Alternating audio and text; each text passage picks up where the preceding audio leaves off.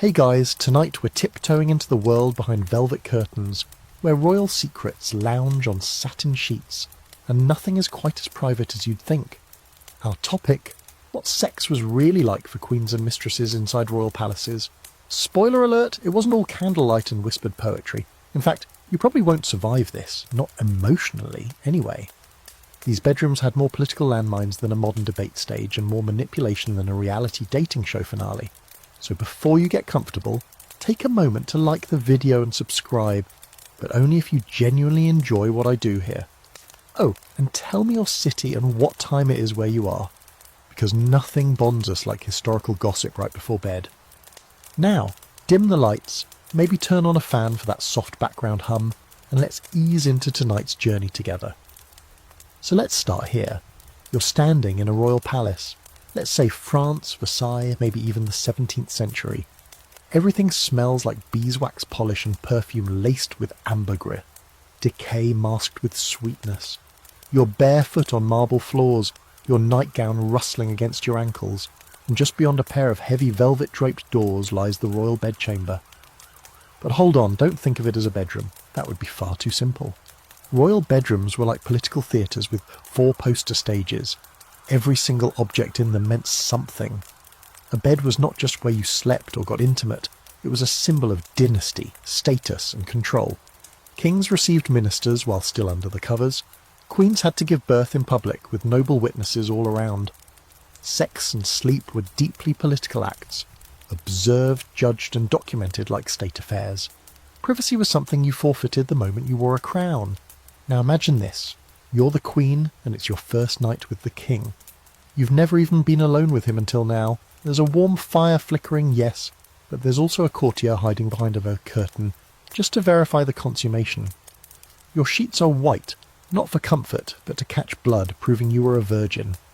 And if there's no blood, well, you better have a good excuse or someone's head will metaphorically or literally roll. And let's not forget the secret passages. Most palaces had them. Narrow hidden doorways that let lovers slip between rooms without being seen. In Versailles, one of Louis XV's mistresses had a hidden corridor leading directly to his bedchamber. Security or scandal avoidance? Probably both. These weren't places where love blossomed freely. Everything was orchestrated, timed, and in some cases sanctioned by parliament or papal decree. Even the furniture told stories, canopy beds tall enough to house a person underneath, and mattresses stuffed with horsehair, not for comfort, but for durability. Which, considering the activity, makes sense. Here's a quirky bit. In some courts, the bedding ceremony was a public event. Yep, you, the new royal bride, are escorted to bed by your ladies-in-waiting, stripped down and tucked in while the king is paraded in by his own entourage. Everyone bows, claps, maybe even tosses flowers. It's like the worst episode of The Bachelor, except the stakes are real dynastic lines and entire national alliances. And this wasn't just a French thing. The British did it. The Habsburgs loved it. In the Spanish court, they took things further by monitoring the couple's diet, sleep schedule, and even bowel movements to ensure fertility. Romantic, right? But let's zoom out and ask a deeper question. Did these queens and mistresses actually have any power in the bedroom? Historians are still debating that. Some argue that women at court were pawns, married off to produce heirs, dismissed when no longer useful. Others point out that many queens and mistresses leveraged intimacy into political influence. Some even built entire factions around their bedrooms. It really depended on the era, the woman, and whether the king was more into hunting or flirting that week. And while the queens had the titles, the mistresses often had the fun, sort of. Mistresses usually had their own apartments, lavish gifts, and sometimes more emotional connection with the king than the actual wife. But they also had no security. You could be replaced by a younger woman at any moment. And if you got pregnant, that could mean anything from elevated status to immediate exile, depending on the mood of the crown. Back in the bedroom, the lighting was all candles, flattering and moody, but also hot, smoky, and occasionally the cause of horrific fires. Linens were changed once a week maybe, and bathing rare. You can imagine what that meant. Perfumes were everywhere, trying to cover what water and soap often didn't. Musk, rosewater and lavender weren't just about smelling good. They were survival tools in the war against stench. One scholarly debate that still lingers is whether royal sex lives were genuinely romantic or just transactional. Some records suggest affection, love letters, passionate nicknames, even a few tearful partings. But others reveal dry records of scheduled visits, fertility charts, and court physicians noting every failed attempt at pregnancy. Was it love? Was it duty?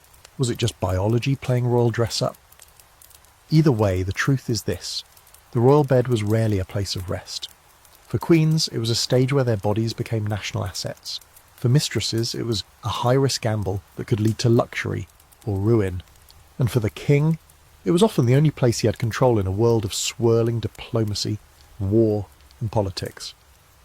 So tonight, as you tuck yourself under your very own, hopefully unsupervised blankets, just remember, those palatial walls might have looked golden, but behind them, sex was rarely simple, never private, and always strategic.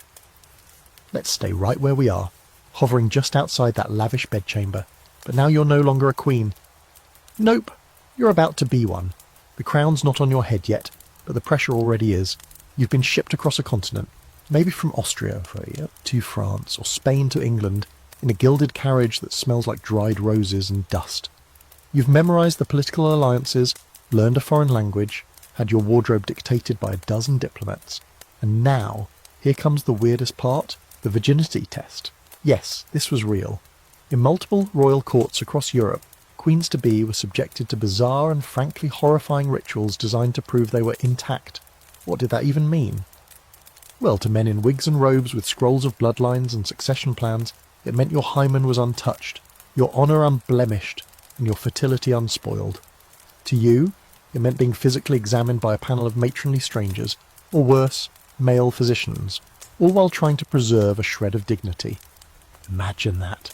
You're 16, 17 maybe, standing in a freezing stone chamber with a fire crackling behind you that does nothing to warm the air.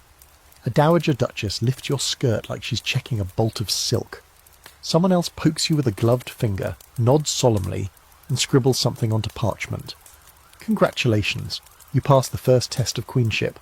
Your body is ready for consumption. It gets even stranger. In some cases, there were official reports written about this, circulated to both courts. Diplomats sent updates.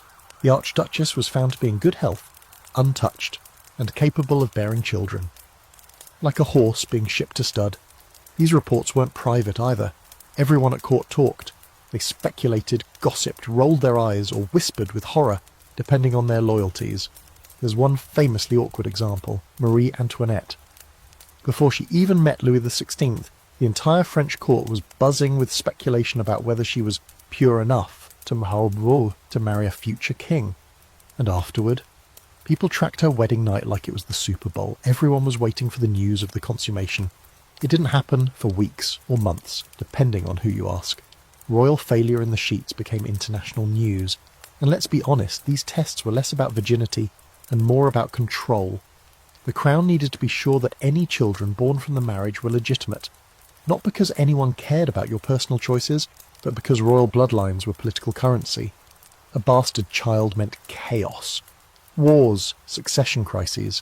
So you, the future queen, had to be sealed, spotless, and basically preserved like some divine relic from a museum exhibit. Some women faked it, absolutely. There are stories, though often whispered in the margins of history, about queens using tricks like pricking a finger to stain the sheets, or stuffing bits of animal bladder inside themselves to mimic the rupture. Whether those stories are true is up for debate, but the fact that people believe them tells you everything. Even lies could carry a kind of power if they served the narrative. And speaking of lies, there were also tests for fertility. Not medical ones, not really. More like superstitions. Priests prayed over you, midwives read your body like tea leaves, they checked the spacing of your hips, the brightness of your eyes, the warmth of your hands. Yes, seriously. Cold hands? Infertile. Pink cheeks? Promising. It was less science, more medieval Tinder bio. What's truly haunting is how little agency these women had in the process. Your father arranged the marriage, your mother prepped you for it, and then you were sent off with a prayer and a trousseau. The palace you entered wasn't yours, not emotionally, not culturally, and definitely not sexually. You were expected to perform your role perfectly from night one. Smile, curtsy, produce an air. Oh, and don't enjoy it too much. Modesty was everything. One of the more fringe facts here is the existence of royal wedding manuals. Yes, literal instruction books. Some queens were handed discreet pamphlets explaining the mechanics of sex, often written by monks or noblewomen. These weren't exactly steamy, more like, lie still, endure. God is watching. You weren't supposed to be excited. Turn, you were supposed to be obedient. There's a creepy little tradition that took place in some Scandinavian and German courts, displaying the bloodied wedding sheets the morning after, as proof to the family, the court, sometimes even the public. Imagine that level of intrusion, your most intimate moment turned into courtroom evidence. And if there was no blood, rumours spread. Servants talked, rivals pounced. Scholars still debate whether these rituals served any real function beyond humiliation. Some argue they were just symbolic, designed to appease conservative factions and religious officials. Others think that they were genuinely believed to be protective measures for the crown. Either way, the psychological toll on the queens must have been immense. You weren't starting a marriage. You were walking into a spotlight with the hopes of a nation glaring down at your bedsheets. And here's the darker twist. Sometimes these rituals weren't just about proving virginity, but about breaking you, stripping away your autonomy before you ever entered the marriage. By invading your body, the court reminded you whose you were, not your own, not your husband's, the nation's. So the next time someone sighs dreamily about being treated like royalty, maybe remember this chapter. Behind every coronation and golden crown was a bedroom filled with anxiety, judgment, and the suffocating weight of national expectation. You were born to rule, but first you had to bleed. Now let's switch perspectives again. This time you're not the queen, you're the mistress. Not just any mistress, though, you're the chosen one, the king's favourite. You don't have a crown, but you've got something more immediate. Power, flowing through your veins like honeyed wine. The queen may have the legal title and the ceremonial bed, but you have his attention, his letters, his secrets whispered across feather pillows. And for as long as that lasts, you're one of the most dangerous women in the palace. But don't get too comfortable. This is not a safe position. It's a high-wire act with no net. Being a royal mistress isn't about love or pleasure. It's a political strategy, plain and simple. Kings didn't just choose mistresses based on looks or chemistry. They chose them for alliances, for leverage, and often for the way a woman fit into the chessboard of power. A mistress could calm a rival faction, soothe a bruised ego, or deliver exactly the kind of child the legitimate marriage failed to produce. So imagine it. You're in the court of Louis XV, Versailles again. Your name might be Jeanne, but soon everyone will call you Madame de Pompadour. You're poised, witty, unshakably composed. You were born a commoner, but you studied art, literature, and the kind of small talk that disarms dukes and terrifies duchesses. When you catch the king's eye at a masked ball, everything changes. You don't sleep with him right away. That would be vulgar. Instead, you charm him with subtlety, maybe a quote from Voltaire, maybe a poem tucked inside a handkerchief. You know your power isn't just in your body, it's in timing, restraint, and the illusion of availability. Because here's the secret. Being a royal mistress wasn't about sex. It was about politics disguised as intimacy. Once you're installed in your royal apartment, just down the hall from the king, you begin the real work. You entertain him, but you also influence him. Want a position for your brother? Done. Need a rival move to some frozen province far away? Consider it handled. The bedroom is just the opening act. The real performance happens in the quiet moments after, when the king lets his guard down and listens to you. And let's not pretend the queen didn't know, she absolutely did. Sometimes she even approved, tacitly or openly, because it was easier to let the king have a discreet, predictable mistress than risk him chasing tavern girls and scandalising the court. Queens and mistresses often had a strange chilly détente. They avoided each other, or smiled through gritted teeth at court functions. But everyone knew the deal. There were even formal titles for this role. Maîtresse en titre in France, an official mistress position with perks. You got land, a country estate, jewellery, and usually a small army of servants. You were almost royalty, just without the chains of duty, but again, don't mistake this for security. You were always one mood swing away from losing everything. All it took was one new face, one younger smile, one moment of fading interest, and the palace would politely escort you out the back door your dresses still warm on their hangers. And the gossip? Merciless. You might be adored by the king, but you were hated by half the court. The other women sneered. The clergy condemned you. The poets wrote about you with daggers for pens. Your legacy could flip from muse to monster in a single season, yet some mistresses held on. Some became beloved public figures, advisors, even patrons of the arts. Madame de Pompadour funded Enlightenment thinkers. Barbara Villiers, mistress to Charles II, became a political force and bore several of his children. These women were not just pleasure providers, they were power brokers. Here's a weird little side note. Kings often had more than one mistress at a time, and there were rankings: primary mistress, secondary mistress. Favourite of the moment, it was like a disturbingly organised version of The Bachelor, but with velvet curtains and powdered wigs. And if you were smart, you weren't just sleeping with the king, you were gathering allies, making connections, and ensuring that if you fell from favour, you didn't fall alone. Some women didn't even want to be mistresses, but were pressured into it for the sake of their families. A father might push his daughter toward the king as a form of social climbing. Or worse, a mother might coach her in seduction, as if prepping her for a final exam. Your body became a business card, your smile a negotiation. That tension between personal autonomy and political manoeuvring was the quiet agony behind every smirk at court. Historians still debate how much control these women truly had. Some say they were victims of a patriarchal system used and discarded. Others insist they manipulated the system better than anyone else, turning temporary roles into long-term influence. The truth probably lies somewhere in between. They were women working within limited options, often excelling in environments that wanted them to fail. And let's not romanticize it too much. Being a mistress could be terrifying. If you got pregnant, that could mean everything or nothing. Some kings acknowledged their illegitimate children and elevated the mothers. Others denied it entirely and banished them. There were even cases of forced abortions or hushed-up births. It all depended on the court's mood and your usefulness. What no one tells you about being the king's mistress is how lonely it could be. You're surrounded by wealth, but isolated from real friendship. You sleep in silk, but wake up in fear. You hold the king's gaze, but never his name. Every moment in his arms is a reminder. You are desired, not chosen. You're temporary, no matter how long you last. So tonight, if you dream of court life, of glittering halls and stolen kisses, remember this. In royal palaces, pleasure was rarely free. Behind every whispered promise lay a calculation, and behind every mistress stood a queen, quietly seething or just waiting for the next scandal. By now you might be thinking that all of this, virginity tests, arranged liaisons, mistress juggling influence and danger, sounds surreal, like it couldn't possibly get more bizarre. But oh, you haven't stepped into the royal bedchamber at peak absurdity yet. Let's walk in, shall we? Welcome to a world where sex wasn't just whispered about, it was watched. Yes, literally. Royal bedchambers weren't always private sanctuaries.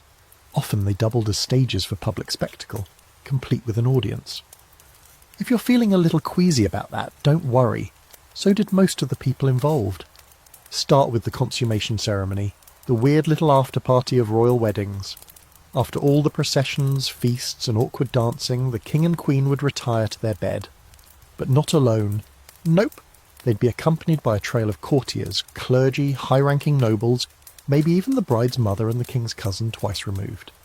Why? Because the entire court needed proof that the union had been consummated. Proof not of affection or chemistry, but of function. Dynasties depended on it. The bedding ceremony was choreographed like a grim ballet.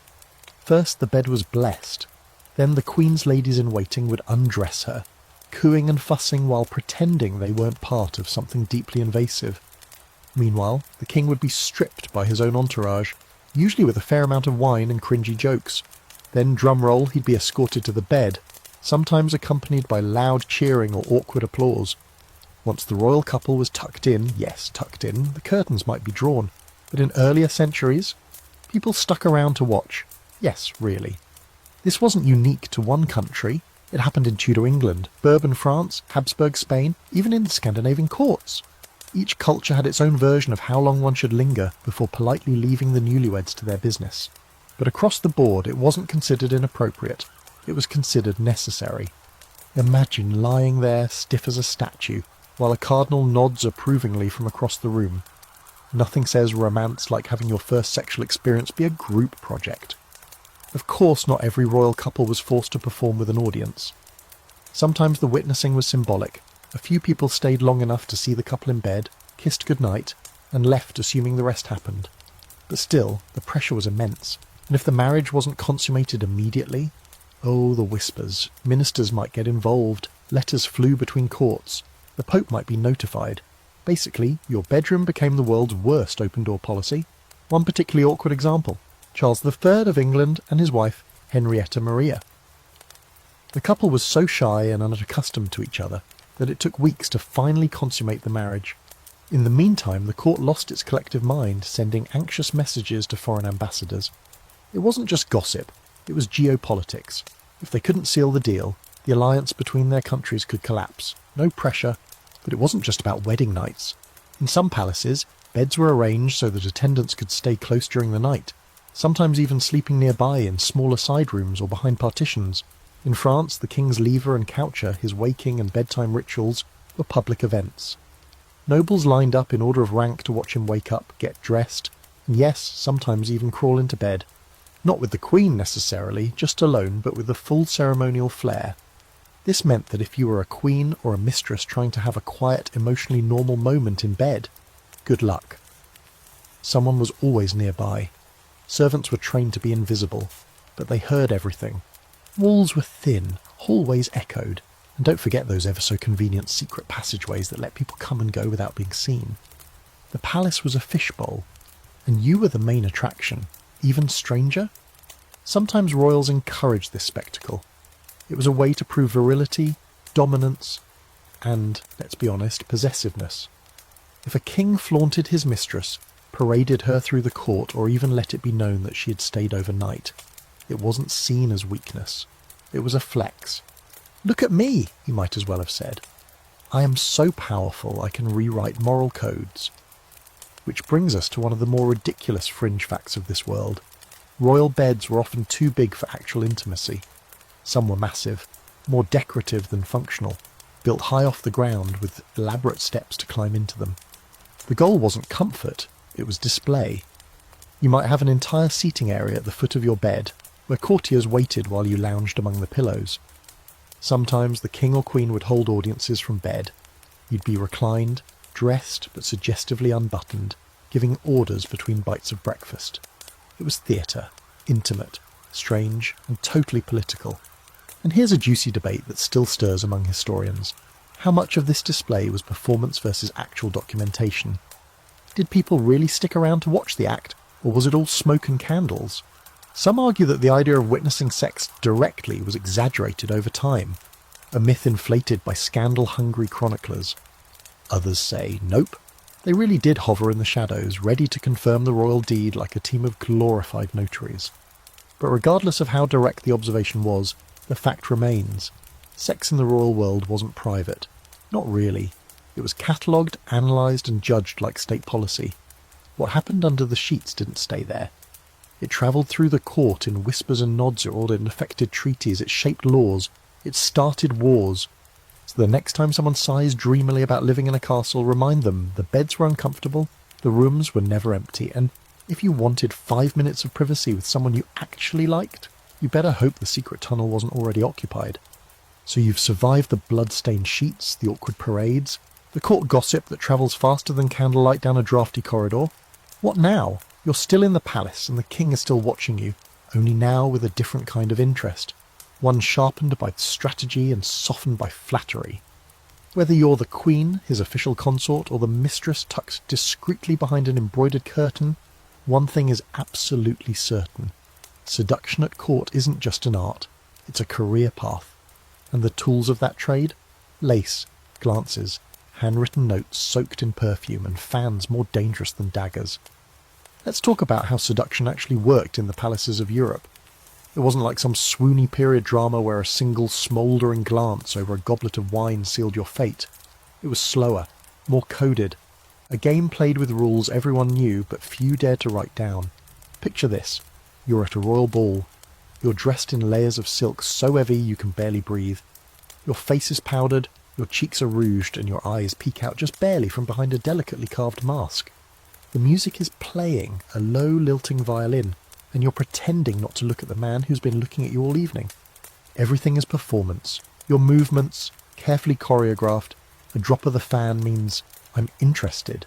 A flick of the wrist? Not tonight. A gloved hand brushing against a sleeve in the right hallway at the right hour. That could start a war, or at least a very complicated love triangle. The language of seduction in the palace was as layered as a diplomatic treaty. But it worked. Oh, did it work? Because desire in the royal court wasn't just about bodies. It was about attention, access, escape.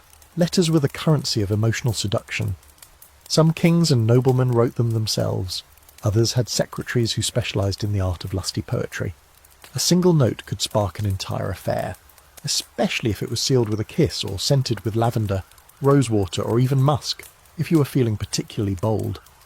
But beware, those same letters could be intercepted. A wrong phrase falling into the wrong hands could lead to exile, scandal, or if you were really unlucky, death by scandalised aunt committee. And perfume, the perfume. It wasn't just for smelling nice, it was for announcing your presence from 3 rooms away. Scents were seductive, sure, but they also masked the very real body odours of an era when people bathed sparingly. Certain mistresses were said to have custom blends made by royal perfumers. Some women wore fragrances that were rumoured to include crushed pearls, animal muscadine, or oils from exotic plants brought back from colonies halfway across the globe. To wear a certain scent was to send a message.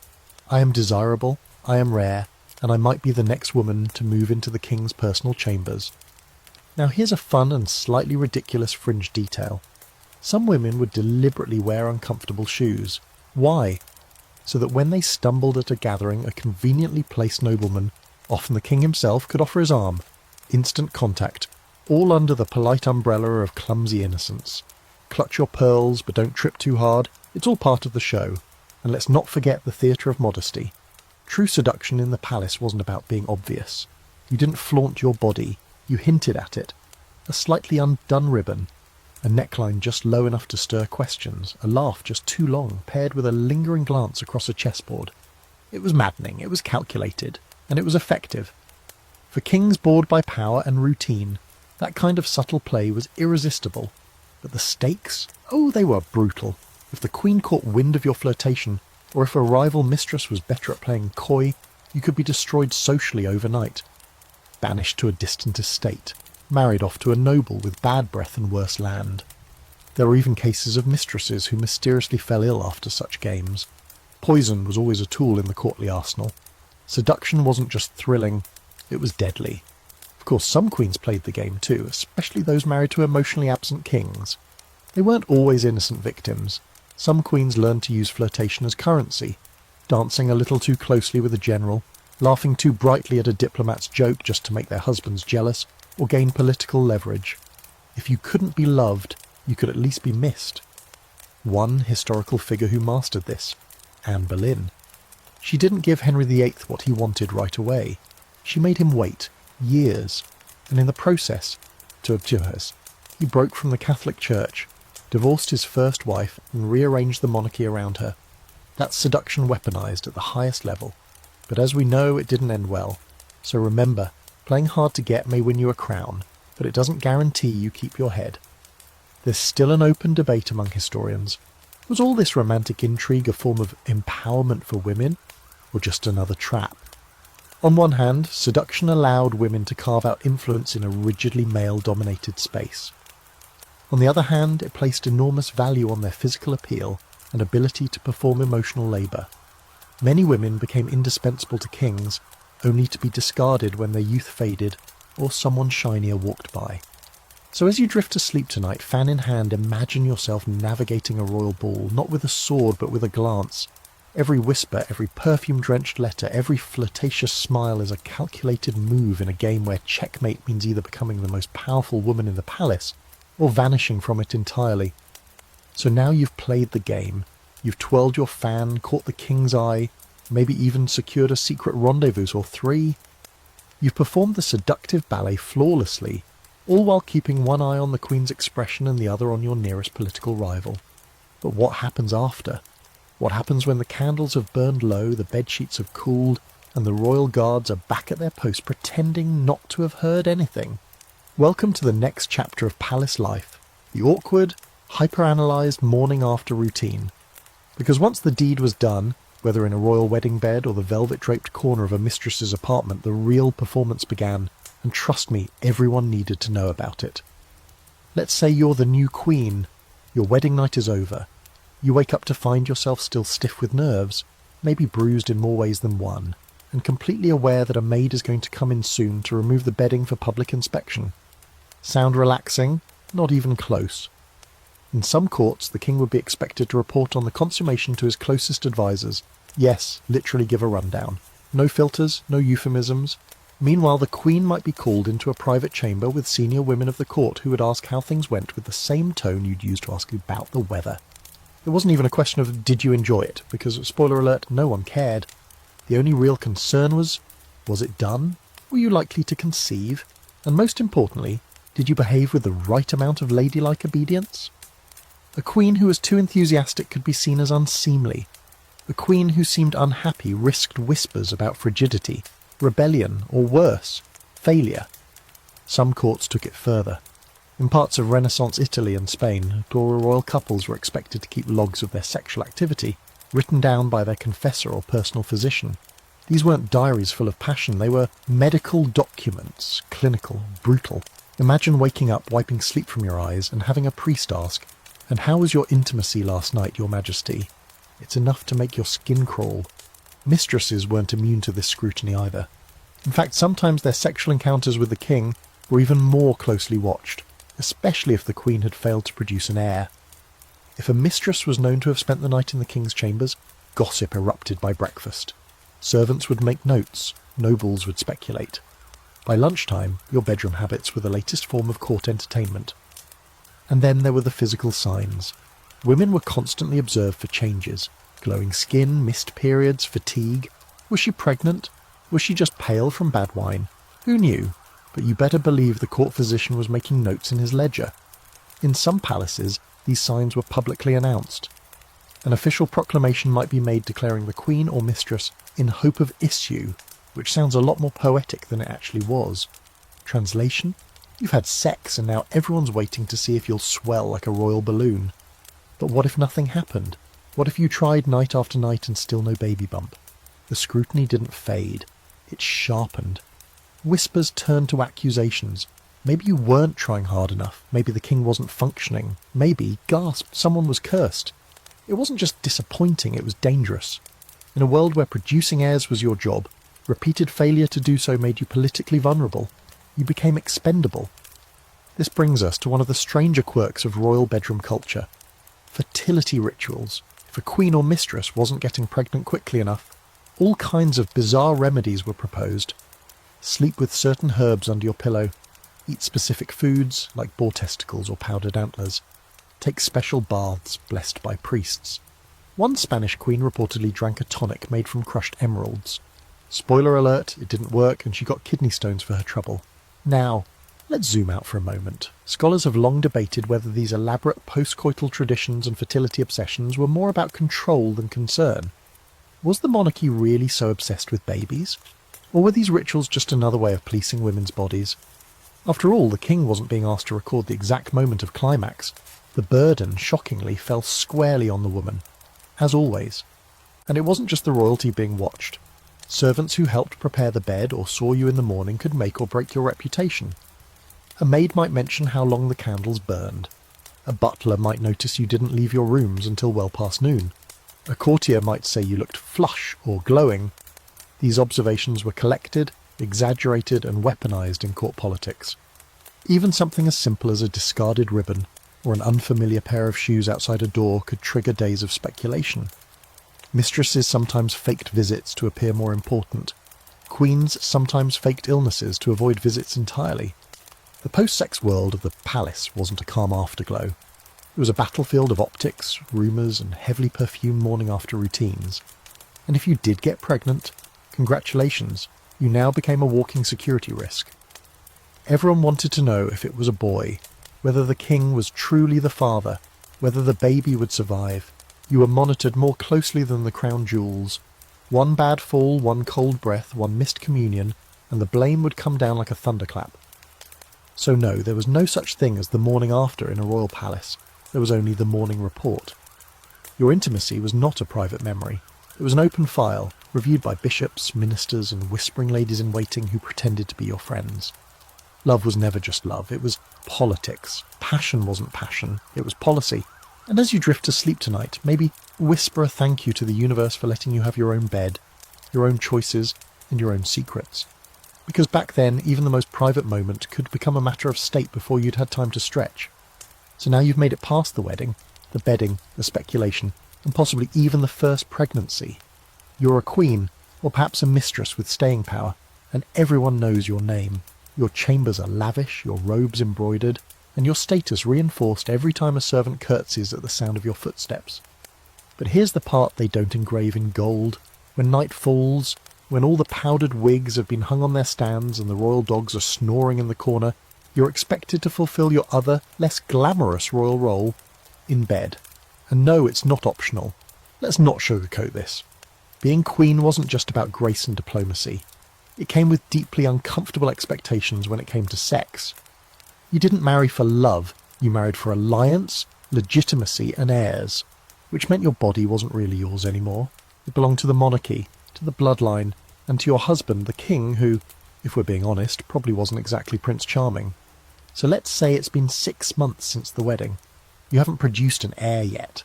The court is growing restless. You've been subjected to fertility tests that feel more like livestock appraisals. The king's mother is visiting suspiciously often, and suddenly your ladies-in-waiting start hinting that His Majesty is expected tonight. You know what that means. You're back on duty. The king arrives, maybe drunk, maybe bored, maybe irritated about a failed treaty or a lackluster hunt. You're supposed to smile, welcome him, maybe even flirt a little, because God forbid a queen appear cold. And once the guards close the doors and the fire crackles low, you must perform the one royal task that no one will thank you for unless it results in a baby. Now, not every king was cruel.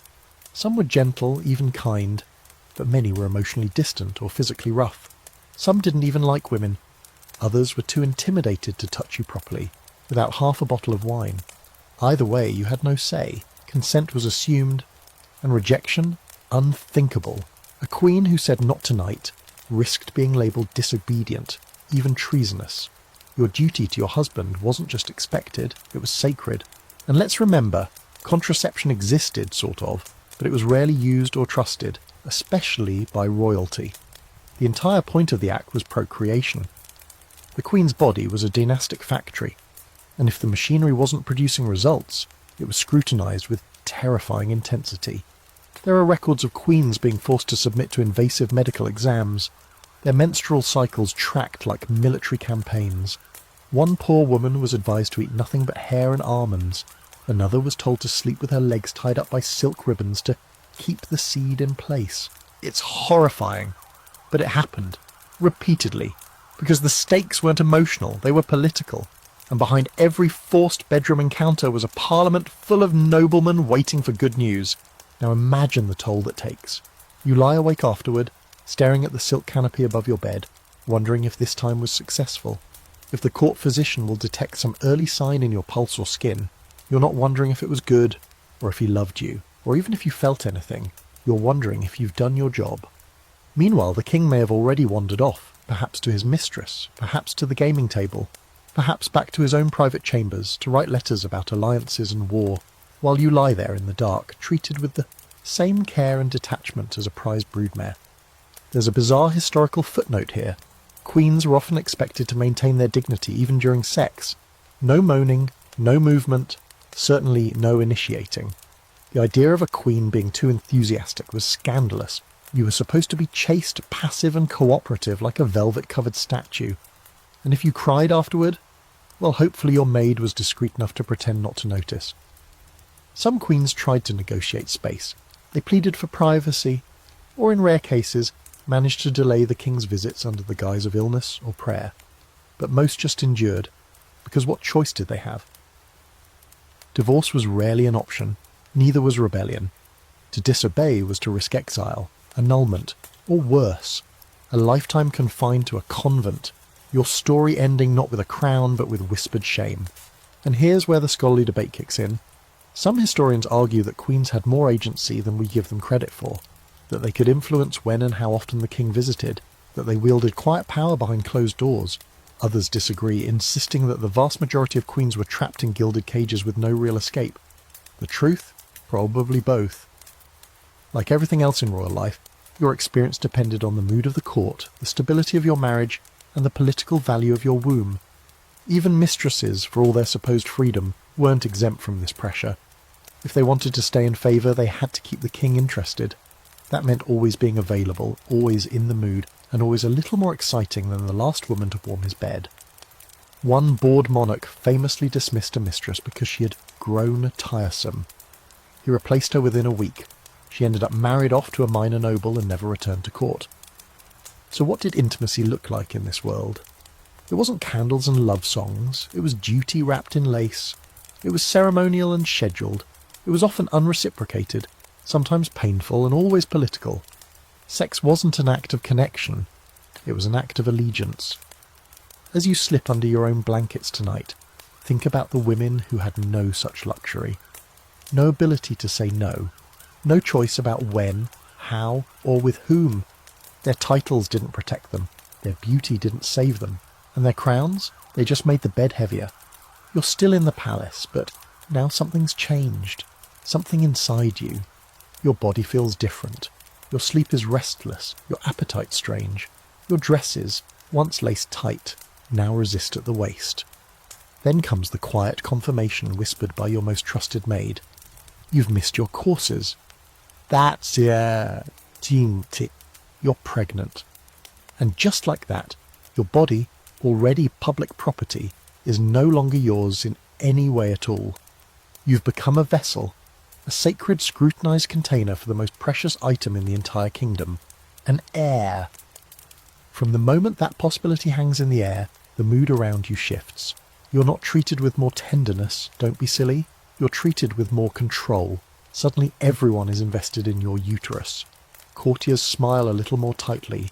Midwives begin hovering near your elbow, measuring your colour and pulse. Ministers whisper about bloodlines. The king, who may or may not have actually enjoyed creating this situation, starts appearing at odd hours to ensure you're resting enough. And you? You're walking around like a glass statue, terrified that one false step will ruin not just your body, but the entire royal succession. Being pregnant in a royal palace wasn't the serene, glowing experience you might imagine. It was more like being placed in a political pressure cooker. Every twitch of your body was a national event. Did the Queen eat the fish? Was she nauseous this morning? Did she sleep through Vespers? These were not casual observations. They were potential signs.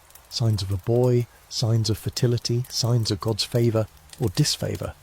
Superstition ran thick through these corridors, and women paid the price for it. In some cases, the court astrologer would be summoned to cast the horoscope of the unborn child, based on your cravings, or even the hour you first suspected pregnancy. You'd be fed ridiculous advice. Avoid strawberries if you want a boy. Avoid staring at ugly people if you want the baby to be beautiful. Yes, these were actual beliefs. One French noblewoman was told to keep a gold coin under her pillow every night to ensure a safe birth. Another was forbidden from touching anything cold lest it freeze the womb. And the paranoia? Constant. You weren't allowed to ride a horse, dance, laugh too hard, or, God forbid, slip on a marble step. Your food was tasted for poison, your bathwater was checked for temperature, and sometimes for unfavourable omens. Your rooms were padded in tapestries to muffle noise and keep you calm. But calm was a luxury, and you were living in fear. Fear of miscarriage, fear of disappointing the court, fear of delivering a girl when the kingdom was aching for a boy. Because make no mistake, your value hinged on that outcome. If you birthed a male heir, you were exalted, respected, sometimes even loved. If you birthed a girl, a sigh would pass through the court like wind through dry leaves. You'd be patted on the hand and told to rest, then promptly reminded to try again. In private, of course, the king might sulk. The dowager queen might offer a sad smile, and everyone else would nod, disappointed, and start whispering predictions about next time. It didn't help that many royal women had no idea what pregnancy was supposed to feel like. Sex education, if it existed at all, was sure laughable. You were told to lie still and think of duty. You weren't taught what labour pains felt like or what contractions were. Some women thought they were dying when their water broke. Others mistook early contractions for gas or divine punishment. One young queen reportedly tried to confess all her sins when her labour started, convinced that the end was near. Honestly, she wasn't wrong to be scared. And childbirth, let's talk about that. Royal birthing chambers weren't places of peace. They were crowded, hot, and ceremonial. You laboured under heavy sheets, surrounded by an audience of noble women, physicians, midwives, and occasionally clergy, not for support, for documentation. They needed to verify that the birth was real, that the baby was truly yours, that no one had swapped it out with a peasant child behind the curtains, because yes, people genuinely believed that could happen. There's a horrifyingly true story from the court of Louis XIV. When one of his mistresses gave birth, a group of women physically watched the entire process to confirm the child was indeed his, and afterward the baby was carried directly as to a royal advisor before the mother even had time to hold it. That's the level of control we're talking about here. And if the baby didn't survive, your grief wasn't private either. It became part of the public conversation. Whispers about divine punishment resurfaced. Maybe you had sinned. Maybe the king had angered God. Maybe the astrologers were wrong, or worse, maybe a rival had cursed you. The more miscarriages you had, the more dangerous your position became. Some queens were quietly blamed and pushed out. Others were sent away altogether, their broken wombs deemed useless to the realm. There's an ongoing scholarly debate about how much power a pregnant queen or mistress really had. On one hand, she was revered as the mother of the future monarch. On the other, she was under constant surveillance, stripped of autonomy and discarded if she failed. It's like being crowned while wearing a noose.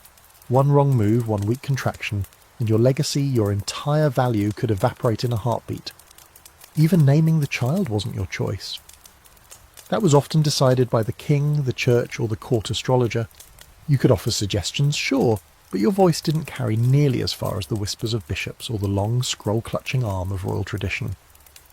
So as you curl up tonight in your decidedly baby-free bed, think about those women, those queens and favourites, who couldn't sneeze without someone taking it as a divine omen, who carried the weight of a kingdom under their ribs, who laboured not just through childbirth, but through fear, pressure, and a suffocating sense of responsibility. Being pregnant wasn't a celebration. It was a test, and the palace was always watching to see if you passed. Let's say you're not the queen. Let's say you're the mistress, beautiful, well-dressed, maybe even beloved by the king. You've navigated the court's icy stares and syrupy smiles, dodged jealous noblewomen and backhanded compliments from your rivals. Maybe you've been clever, discreet, or just lucky. But one day everything tilts. A letter is found. A whisper gets too loud. A chambermaid sees something she shouldn't have. And suddenly the court is buzzing with a far more dangerous rumour. You might have a lover of your own. Here's where the game gets grim, because unlike the king, who could sleep with mistresses, chambermaids, and don probably half the hunting lodge without much more than a stern glance, you, the mistress, had no such leeway. Forget freedom, forget romance. If you were caught cheating, or even suspected of it, the fallout could be brutal. Not just socially, but physically. Public disgrace, imprisonment, forced exile, and if you were a queen, the stakes shot up to lethal. Let's linger for a moment in Tudor England. Catherine Howard, Henry VIII's fifth wife, was accused of having an affair with Thomas Culpeper, a gentleman of the King's Chamber. The evidence? Letters, testimonies, thin. Whispers, and a whole lot of court politics. Catherine was young, likely terrified, and almost certainly groomed by those around her. Didn't matter. She was tried for treason, because in this world infidelity wasn't just a personal betrayal, it was a political crime. She was executed at 17. You might wonder, was it really about betrayal, or was it about ownership? Because once you were in the king's bed, he believed he owned every inch of you. Your thoughts, your womb, your loyalty. You were expected to glow for him and him alone, even if he hadn't visited your chambers in weeks. Even if he now favoured someone younger, fresher, or more useful, you were still his. So if you, as the mistress, dared to seek affection elsewhere, whether out of loneliness or rebellion, you were breaking an unspoken contract, and not just with him, but with the entire political machinery that had decided you were in favour. Affairs by mistresses weren't seen as passion. They were seen as betrayal of the monarchy itself. The surveillance didn't end when the king lost interest either.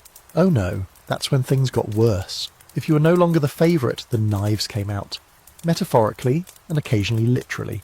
Jealous rivals watched for your missteps, letters were intercepted, footmen were bribed to report your every move, and if you did have a secret lover, God help you. There's a particularly dramatic story from the French court involving a former mistress of Louis XV. After she lost favour, rumours swirled that she'd taken up with a minor nobleman. Not only was she stripped of her title and jewels, but she was sent away to a convent for reflection. Sounds gentle, right? Except this convent had no visitors, no windows, and a vow of silence so intense it bordered on psychological torture. Reflection indeed. It didn't help that even baseless rumours could ruin you. If a jealous rival accused you of impropriety, the burden of proof often fell on you to disprove it. Your letters would be seized, your staff questioned, you might be followed through the gardens, watched at chapel, even interrogated in private chambers by men who couldn't care less about your dignity. And even if you were found innocent, the stain stuck. You were now that one, tainted, unreliable, expendable, and let's not forget how the Queen reacted. If you were a mistress caught cheating, the Queen might pretend to be above it, but inside she was probably revelling, because now, for the first time in a long while, you were on the back foot. A disgraced mistress was a queen's moment of revenge, even if she had long ago given up on regaining the king's affection. So why did any mistress take that risk? Why fall in love with someone else knowing the danger? Because palace life was lonely. Because kings were often cold, distracted, or cruel. Because a mistress, though powerful, was still human. And being loved, truly loved, by someone who saw you as a person and not a political tool, was a temptation few could resist. There's one especially tragic case that scholars still argue about. Anne, Countess of Castlemaine, mistress to Charles II. She was brash, politically savvy, and knew how to play the court like a violin. But she may have had a lover on the side, possibly even several. Some say the king turned a blind eye, others believe he used it as leverage to keep her in check. Either way, her reputation soured, and although she wasn't exiled, she faded fast from the royal spotlight. Her power, once immense, drained out like spilled wine. Historians still debate whether queens and mistresses ever got away with affairs. Some say yes, quietly, skillfully, with the right protectors. Others insist no, that the risk was too great and the surveillance too relentless. What's agreed upon is this. If you were caught, there was no mercy, no second chance, because for all its satin and sparkle, the palace had no patience for women who broke the rules men wrote for them.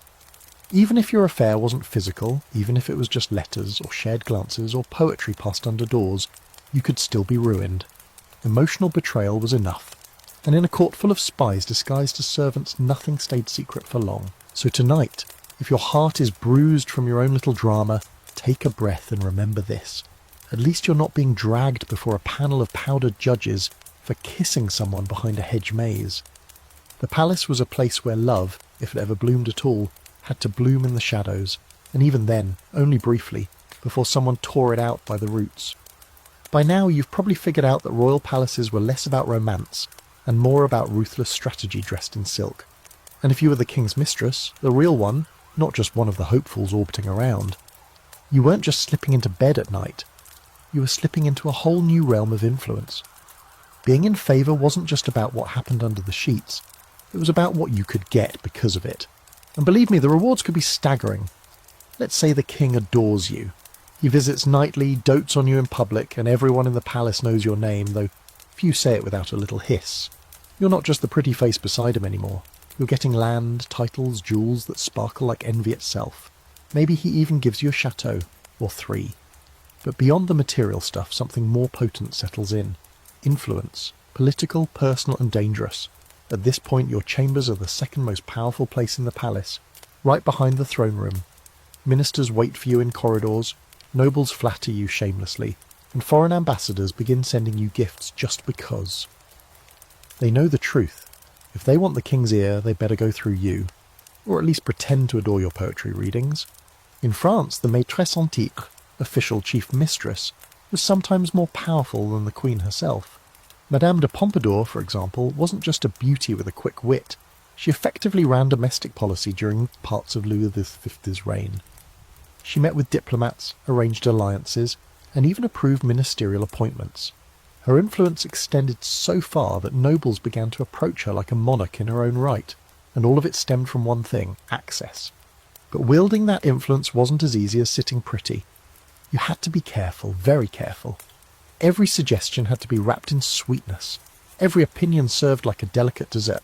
If you were too bold, too obvious, you'd be accused of overstepping. Too quiet, you'd be dismissed as useless. The balance was impossible. Be visible, but not too visible. Be persuasive, but not commanding.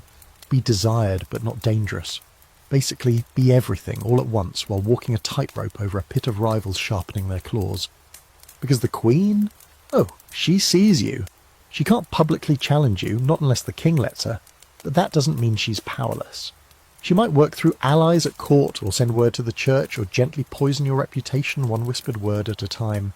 And if you lose the king's favour, the Queen will be the first to watch you fall, with a small, elegant smile. Now, some mistresses used their power for surprisingly noble causes. They championed the arts, funded hospitals, and protected vulnerable friends from exile or execution. Others didn't. They demanded tributes, meddled in court appointments, and crushed their enemies with a fan flick and a fake rumour. One English mistress famously bankrupted an entire noble house just because the lady of the house had the audacity to wear a gown in a similar shade of blue. And then there were the children. If you bore the king a child, especially a boy, your influence could skyrocket.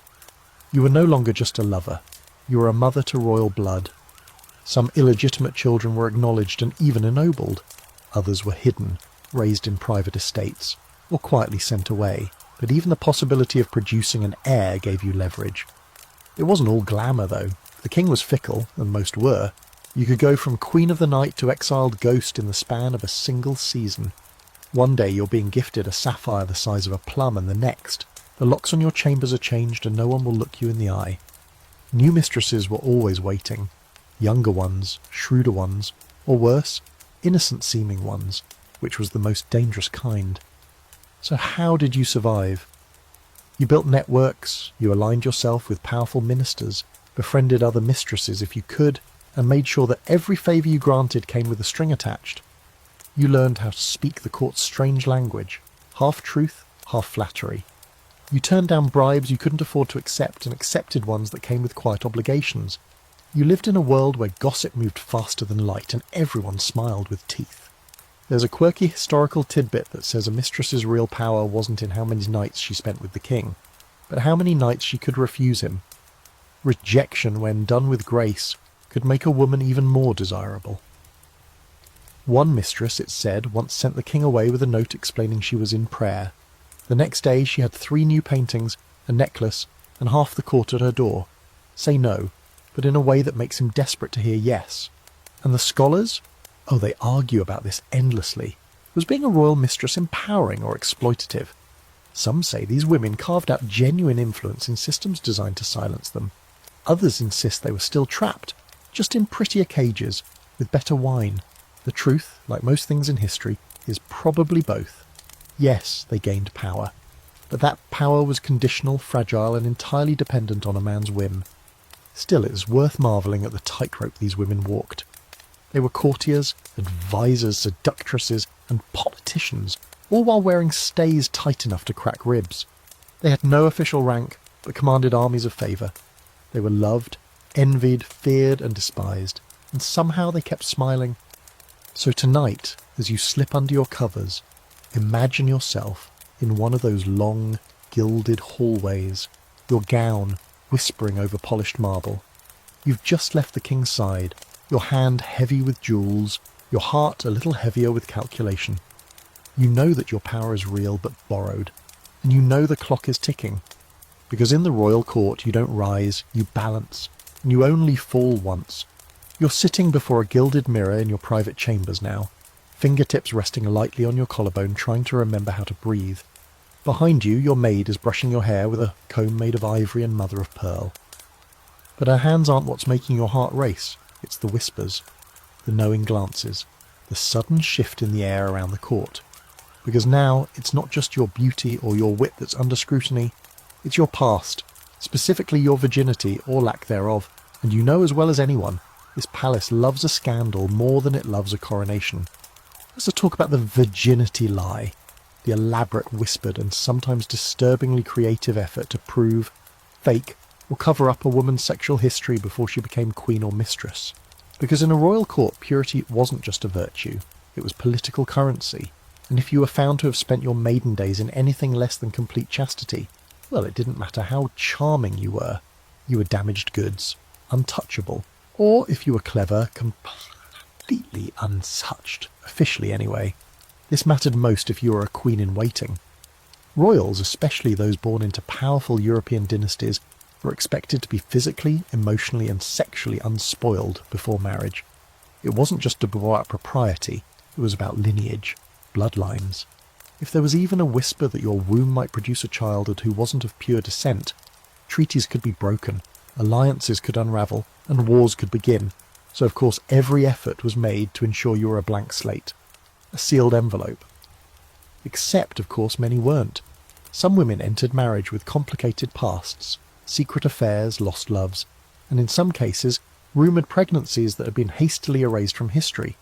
And yet they still became queens. How? Through carefully constructed lies, loyal staff, and a network of silence strong enough to make a monastery proud. Here's how it worked. If you had a situation in your past, your family did everything to bury it. Midwives were paid, letters destroyed, servants dismissed and relocated, preferably very far away.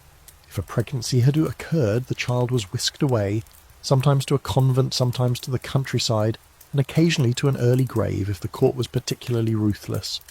And if it hadn't gone that far, then all you had to do was look innocent and say nothing convincingly. One method of faking virginity, yes, we're going there, involved using small bits of sponge or sheep's bladder during the wedding night, sometimes even pricked fingers to provide the expected proof on the sheets. Other brides simply relied on the king being too drunk, too inexperienced or too indifferent to notice. And if he didn't complain, well, the rest of the court would follow his lead. There's a particularly infamous case involving Queen Christina of Sweden. Though never married, she faced endless speculation about her sexual history. Was she chaste? Was she having secret affairs? Was she even interested in men? Historians still debate it. She eventually abdicated and converted to Catholicism, which only added layers of mystery to her already scandal-drenched reputation. But what's clear is that even a whiff of suspicion around a woman's purity could define her entire legacy. Some women embraced the liar's armour. They cultivated the image of untouched virtue so flawlessly that even their enemies dared not question it. These queens turned modesty into a weapon, demure smiles, lowered eyes, soft voices dripping with innocence. They wore white in portraits and spoke often of piety. Meanwhile, some had entire bedrooms furnished for secret meetings with lovers. History is filled with these quiet contradictions, and here's the thing, the double standard was breathtaking. Kings, of course, were rarely virgins on their wedding night. They were expected to be seasoned, worldly, and possibly halfway drunk from years of debauchery. If anything, the more mistresses a king had, the more virile and powerful he seemed. But a queen? Her value lay entirely in the idea that she was untouched, her past clean, her body unopened like a diplomatic scroll. You can imagine how galling that must have been. There's even an old German phrase, Jungfernschein, referring to a certificate of virginity, not metaphorical, an actual document, sometimes issued by a physician after an exam. And yes, the practice occasionally made its way into royal courts, as if a scrap of parchment could somehow vouch for someone's innocence better than, say, the person herself. It wasn't about truth, it was about the illusion of it. Historians still argue over how often these deceptions worked. Some say they were common, cleverly orchestrated performances that fooled entire kingdoms. Others insist the court always knew, but chose to overlook it for the sake of diplomacy or convenience. What's clear is that the pressure was unbearable. Women were expected to be spotless, while men were encouraged to be thoroughly wrinkled. Even among mistresses, the past mattered. A new royal favourite who had a history might still be welcomed, but she'd be viewed through a different lens, exotic, risky, seductive. Her past lovers would become court gossip. Her reputation, a weapon. The clever ones owned it. They laughed at the rumours, leaned into the danger, made it part of their appeal. But even they knew, one wrong step and the whisper of scandal could become a roar. So tonight, as you fall asleep in your real-world bed, free from chambermaids whispering about your virtue, be glad for the world we live in, complicated as it is, because in that glittering, gilded world of royalty, a woman's worth often rested on whether someone believed her story, not whether it was true. And in the palaces of history, belief always mattered more than truth. Let's open a different door tonight, the one barely marked, down a candle-lit hallway, behind a tapestry of a saint that no one ever really looked at too closely. Push it open, and what do you find? Secrets, mischief, masks, and one of the strangest, most absurd little corners of palace history, bed tricks and mistaken identity. Because when your life is confined by protocol and your love life has more rules than chess, sometimes the only way to get what you want, or to avoid what you don't, is to swap the players, literally. The bed trick is one of those bizarre historical phenomena that sounds made up, except it wasn't. It's a scenario where someone, usually a woman, is switched out in the dark for another woman in a royal bed. It happened in literature. Yes, Shakespeare loved the idea. But it also happened in real life, and when it did, the consequences were explosive. Imagine this. You're a young noblewoman, politically valuable but personally undesirable to the king. He's not interested in you, your face doesn't dazzle him, your voice doesn't thrill him, and worse, he's already got a mistress he can't keep his hands off of.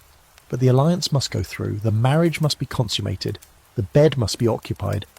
So your family or your advisors arrange for a little nighttime switcheroo. The king is half drunk, the candles are low, and your more agreeable stand-in is ushered into bed wearing your perfume and veil. He does what's expected. He never knows the difference. Until he does. Because here's the thing, it never stays a secret. Maybe someone speaks, maybe he sees the real bride in daylight and realises the curve of her lips isn't quite right. Maybe the swapped woman grows bold, or maybe a chambermaid gets paid a little too well and starts whispering. There's a semi-legendary story, still debated by historians, about a noblewoman in the Polish court who allegedly had her more seductive cousin sleep with her husband on their wedding night because she was too frightened to endure the encounter. The cousin unfortunately became pregnant. Cue panic, shame, and a disastrous family scandal that ended with both women removed from court entirely. No one's certain where the truth lies, but the tale's persistence says a lot about how believable such a scenario actually was. And bed tricks weren't always about consent or strategy. Sometimes they were used to trap people. A nobleman might think he was sleeping with his mistress, only to discover he had been tricked into bedding his betrothed, now legally and politically bound. The medieval version of a shotgun wedding. There are documented cases of such incidents in various German and Italian courts, where arranged marriages were sealed not by ceremony but by a successful deception under sheets. Even royals weren't above this sleight of hand. In some stories, especially those told quietly among palace staff, kings themselves orchestrated the trick. A queen was ill or unappealing, and so he'd have a mistress sneak in disguised. If anyone asked, well, the marriage had been fulfilled, hadn't it? It was plausible deniability served with candlelight and silk sheets. There's one especially scandalous account involving a French noblewoman and a cardinal. She allegedly used a maid to impersonate her during a nighttime tryst, just to avoid confrontation. When the cardinal found out, he retaliated, not through violence, but by writing a scathing public letter condemning her morals, which promptly tanked her reputation. Not exactly the revenge plot of a Netflix drama, but in 17th century France, a ruined reputation was worse than poison. The funnier side of this? It often did involve mistaken identity. Royal palaces were full of masks, masquerades, carnivals, and dances where everyone wore the same powdered wig and embroidered coat. The lighting was poor, and half the nobility was nearsighted. There's more than one account of a duke or prince propositioning the wrong woman entirely, only to realise too late. And since scandal stuck like wax to velvet, the fallout could be disastrous, or occasionally weirdly beneficial. In one instance, a nobleman accidentally seduced a higher-ranking lady than he intended, and ended up promoted after the king assumed it was ambition, not clumsiness. Another time, a royal mistress caught her rival sneaking into the king's chambers and dressed as a maid herself to follow. The result? A confrontation so dramatic it had to be broken up by 3 guards and a confused priest. And while it might all sound theatrical now, these deceptions were high-stakes games. Royal marriages and titles hinged on whether or not someone had been truly touched. If the wrong woman ended up in the bed, intentionally or not, dynasties could wobble. Children could be disinherited. Alliances could collapse. You weren't just swapping people, you were swapping futures. Of course, historians argue about how often this really happened. Some say it's mostly myth, born from the dramatic imaginations of gossipy courtiers and 18th century pamphleteers. Others argue that the nature of court life, its shadows, its constant role-play, its obsession with sexual reputation, made it inevitable. If love was forbidden and sex was scripted, then deception was the only form of freedom left. One fringe fact worth savouring. In a few extreme cases, royals would demand that intimate encounters be witnessed, not for pleasure but to prevent bed tricks. Actual witnesses to the consummation, as if love was a legal contract requiring a notary. The modern equivalent would be hiring a referee to verify your honeymoon. It's absurd, and it was real. So tonight, as you pull up your covers and dim the lights, imagine that for every great royal love story there might be a hidden switch, a mistaken identity, a last-minute swap behind the bed curtains, and behind every whispered royal birth announcement, a small possibility that someone, somewhere, got away with the greatest trick of all, sleeping in someone else's life. The palace wakes early, bells echo through the halls, maids rush to shake out linens, and servants creep into chambers to rekindle dying embers. You're already awake, staring at the ceiling, wondering what you'll be expected to endure today. But this morning something's different. Not with you, but with him, the king, your husband, the centre of the royal solar system, and the whispers are already starting. He's unwell, they say. He's avoiding the Queen's chambers, avoiding you, not even visiting the mistresses. And now everyone's glancing at each other and speaking in hushed voices, because the problem isn't politics or plague. It's in his bed. More specifically, it's in his breeches. Let's talk about something that rarely makes it into the gilded portraits and flattering court memoirs, royal sexual dysfunction. Because yes, even kings, divine, powdered, silk-draped kings, had performance issues, and when they did, it wasn't a private matter, it was a full-blown political emergency. Nothing threatens a dynasty like a limp royal sceptre. Start with the basics. A king was expected to be virile, a warrior in the field, a conqueror in the bedroom. His body was considered symbolic of the strength of the nation. So when something went wrong, when a marriage went unconsummated, or when no heirs were produced despite frequent visits to the Queen's chambers, the whispers began. Is he incapable? One of the most famously documented cases was Louis VI of France. His marriage to Marie Antoinette was not consummated for several years, and people noticed. Oh, did they notice? Foreign courts sent snide dispatches. French pamphlets turned it into satire. Meanwhile, Marie Antoinette was being quietly blamed, accused of being frigid, spiteful, or worse, disloyal. The truth? The young king was almost certainly suffering from a minor anatomical condition, easily fixed but too embarrassing to discuss openly. By the time he finally received treatment, the damage to their public image was already done, and this wasn't an isolated incident.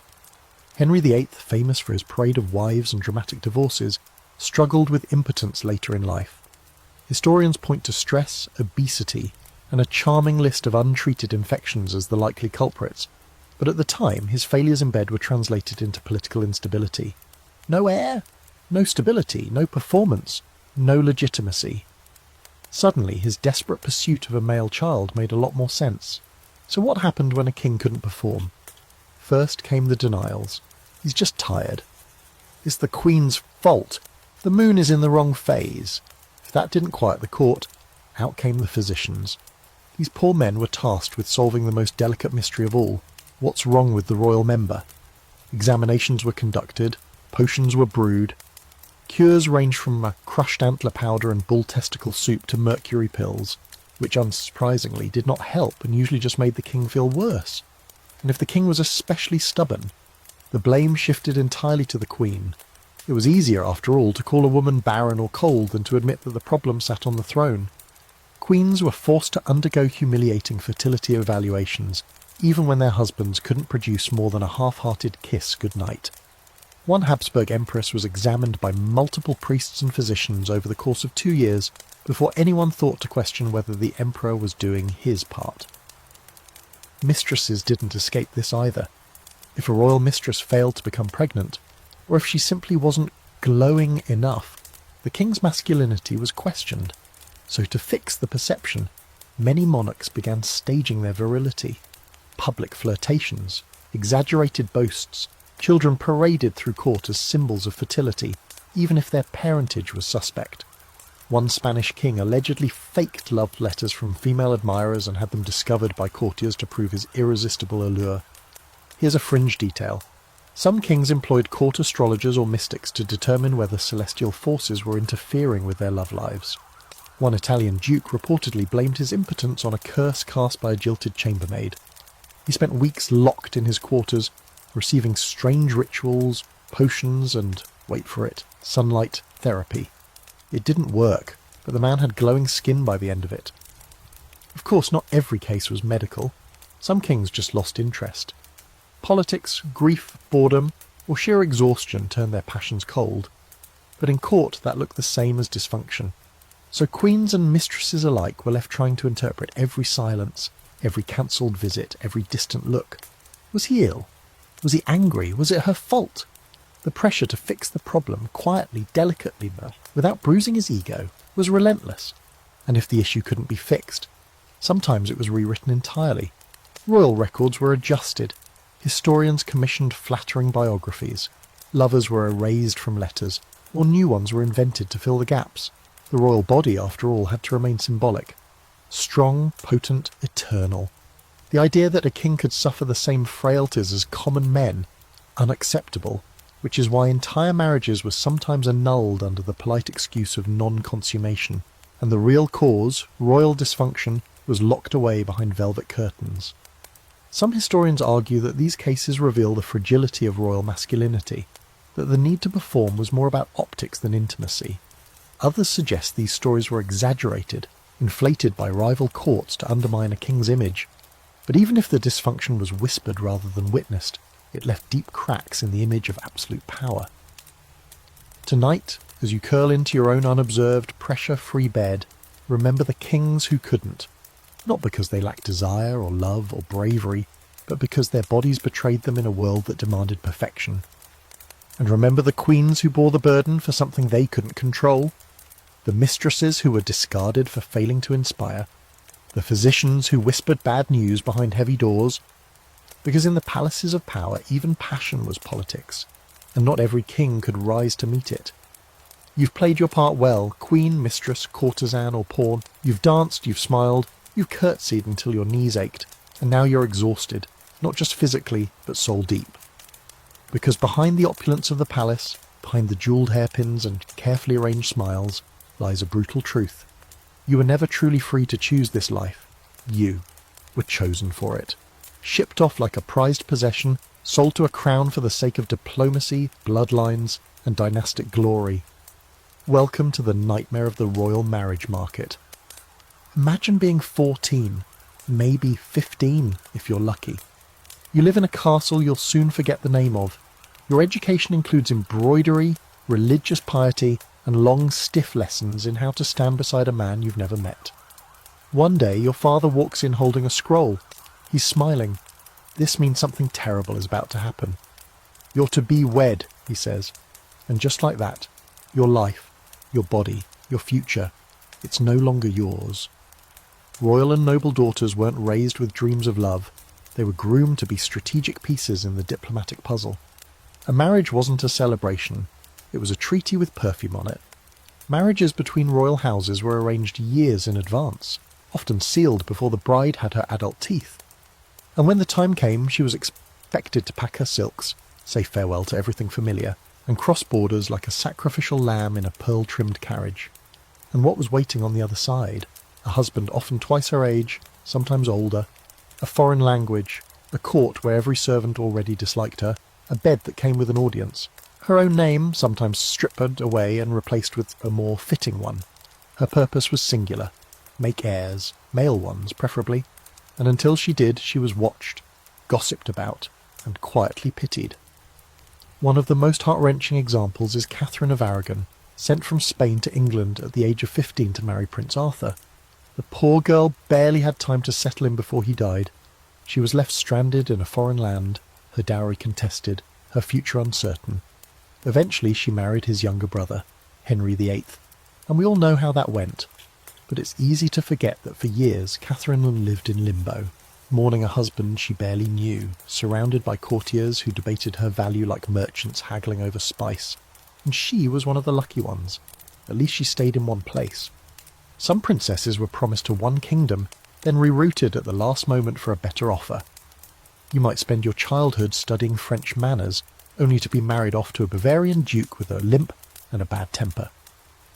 One Habsburg princess prepared for her future queenhood in Spain, learning Castilian, dancing court dances, only to be married off to the Holy Roman Emperor instead, dropped into a completely different political and cultural sphere with no warning. There's a fringe little ritual known as the proxy marriage, where the bride would be symbolically wed before even meeting her groom. A nobleman would stand in, often wearing the groom's ring or carrying a token. The ceremony would be official, legal, binding, and surreal. In some cases, the bride would even share a bed with the proxy, clothed usually, to simulate the future arrangement, all for the sake of appearances. When the actual journey began, it wasn't a romantic voyage. It was a long, uncomfortable ride through enemy lands, hostile weather, and sometimes literal danger. One Medici bride travelled to France with an entourage so large it nearly bankrupted her father, and still arrived to cold stares and muttered slurs. Another bride was made to change into foreign clothes mid-journey, in a ritual designed to strip her of her native identity. Everything, her language, her gods, her customs, was to be replaced. And the worst part? You had no choice. If you objected, you were rebellious. If you cried, you were weak. If you tried to run, you were punished. In one particularly tragic case, a teenage girl tried to elope with a tutor rather than marry the decrepit duke she'd been assigned. She was caught, beaten, and promptly locked in a convent for the rest of her life. Romance, royal styles. Scholars often debate whether these women had any agency at all. Some argue that queens found subtle ways to wield power through influence, children, or strategic alliances. Others say that their lives were so tightly scripted, even their triumphs were merely pre-approved illusions. Either way, one thing is certain. Love was rarely on the itinerary. Mistresses didn't escape this fate entirely. Many were pushed into court life by ambitious families, hoping their daughters might attract royal attention. They were coached in flirtation, dressed in suggestive silks, and handed over like shiny bribes. And once chosen, they were expected to remain faithful to the king, to the court, to the very role itself, even if it meant suppressing every real emotion they ever had. And it wasn't just the women who paid the price. Children born of these unions often inherited the bitterness. They were raised by strangers, groomed for the same transactional lives. Some became monarchs themselves, forever haunted by the memory of mothers they barely knew, and fathers who only visited when it served their image. So tonight, if you ever find yourself fantasizing about being swept into palace life by some handsome royal in breeches, think twice. Because more often than not, those royal stories didn't begin with love. They began with silence, a long ride, a heavy dress, and a quiet realization as the gates of a foreign castle loomed ahead that your life was no longer yours. Not now, not ever. So there you are, freshly married, a queen in name, or a mistress by strategic appointment. Your hair has been styled, your linens embroidered, and you're now expected to perform like a seasoned diplomat, fashion icon, and dynastic broodmare, all before you've figured out how not to trip over your new shoes. But there's one crucial skill you're expected to possess, though no one wants to say it outright. You're supposed to know what to do in bed. You're supposed to know how to please the king, how to conceive an heir, how to balance a sense of mystery with performance. And yet, here's the problem. No one ever really tells you how. Welcome to Sex Education Palace Style. Let's start with the queens. You'd think they'd get a full curriculum before being shipped off to marry a king, right? Not quite. Most royal girls were raised in strict households where modesty was prized above all. Words like intercourse or orgasm, or even nipple, were not uttered. Not by tutors, not by mothers, and definitely not by confessors. Instead, they were told vague phrases like, "A woman must obey," "There will be duties," or the ever-haunting, "You'll understand when the time comes." Spoiler alert, they usually didn't. In many cases, the only education a royal bride received came days, sometimes hours before her wedding night. A nervous aunt or older noblewoman might pull her aside for a hushed conversation filled with euphemisms and half-truths. The man will come to your room. Don't fight him, don't talk, lie still, it'll be unpleasant. But it's necessary. And that was it. No diagrams, no questions allowed, just cryptic warnings and a pat on the hand followed by by being shoved into a bed the size of a rowing boat next to a stranger with a title and political obligations. Now, if you were lucky, or if your court was slightly less prudish, you might be given a manual. That's right. Some courts circulated handwritten instruction books for new brides. These ranged from religiously sanitised nonsense to shockingly graphic medical advice. One 17th century noblewoman in Germany reportedly received a pamphlet detailing the unification of man's seed and woman's basin, which is both confusing and kind of hilarious. Some of these guides encouraged emotional detachment. Others were written by monks and included prayers to be said during intercourse. Nothing says romance like whispering amen while trying not to flinch. Mistresses, on the other hand, got a slightly different education. Often raised in court or noble households, they were trained in the art of flirtation, how to dance, how to walk, how to flash a smile just long enough to be noticed. Many had mentors, older courtesans or former mistresses, who taught them more practical skills. How to disrobe elegantly, how to speak softly in the dark, how to make the king feel powerful even when he was clearly a confused pile of lace and libido. One famous French courtesan was known to give lessons to rising mistresses. She taught them the rules of seduction, which included timing their laughs, adjusting their corsets to emphasize cleavage at the exact right angle, and, most importantly, never showing true emotion. The goal wasn't pleasure. The goal was control.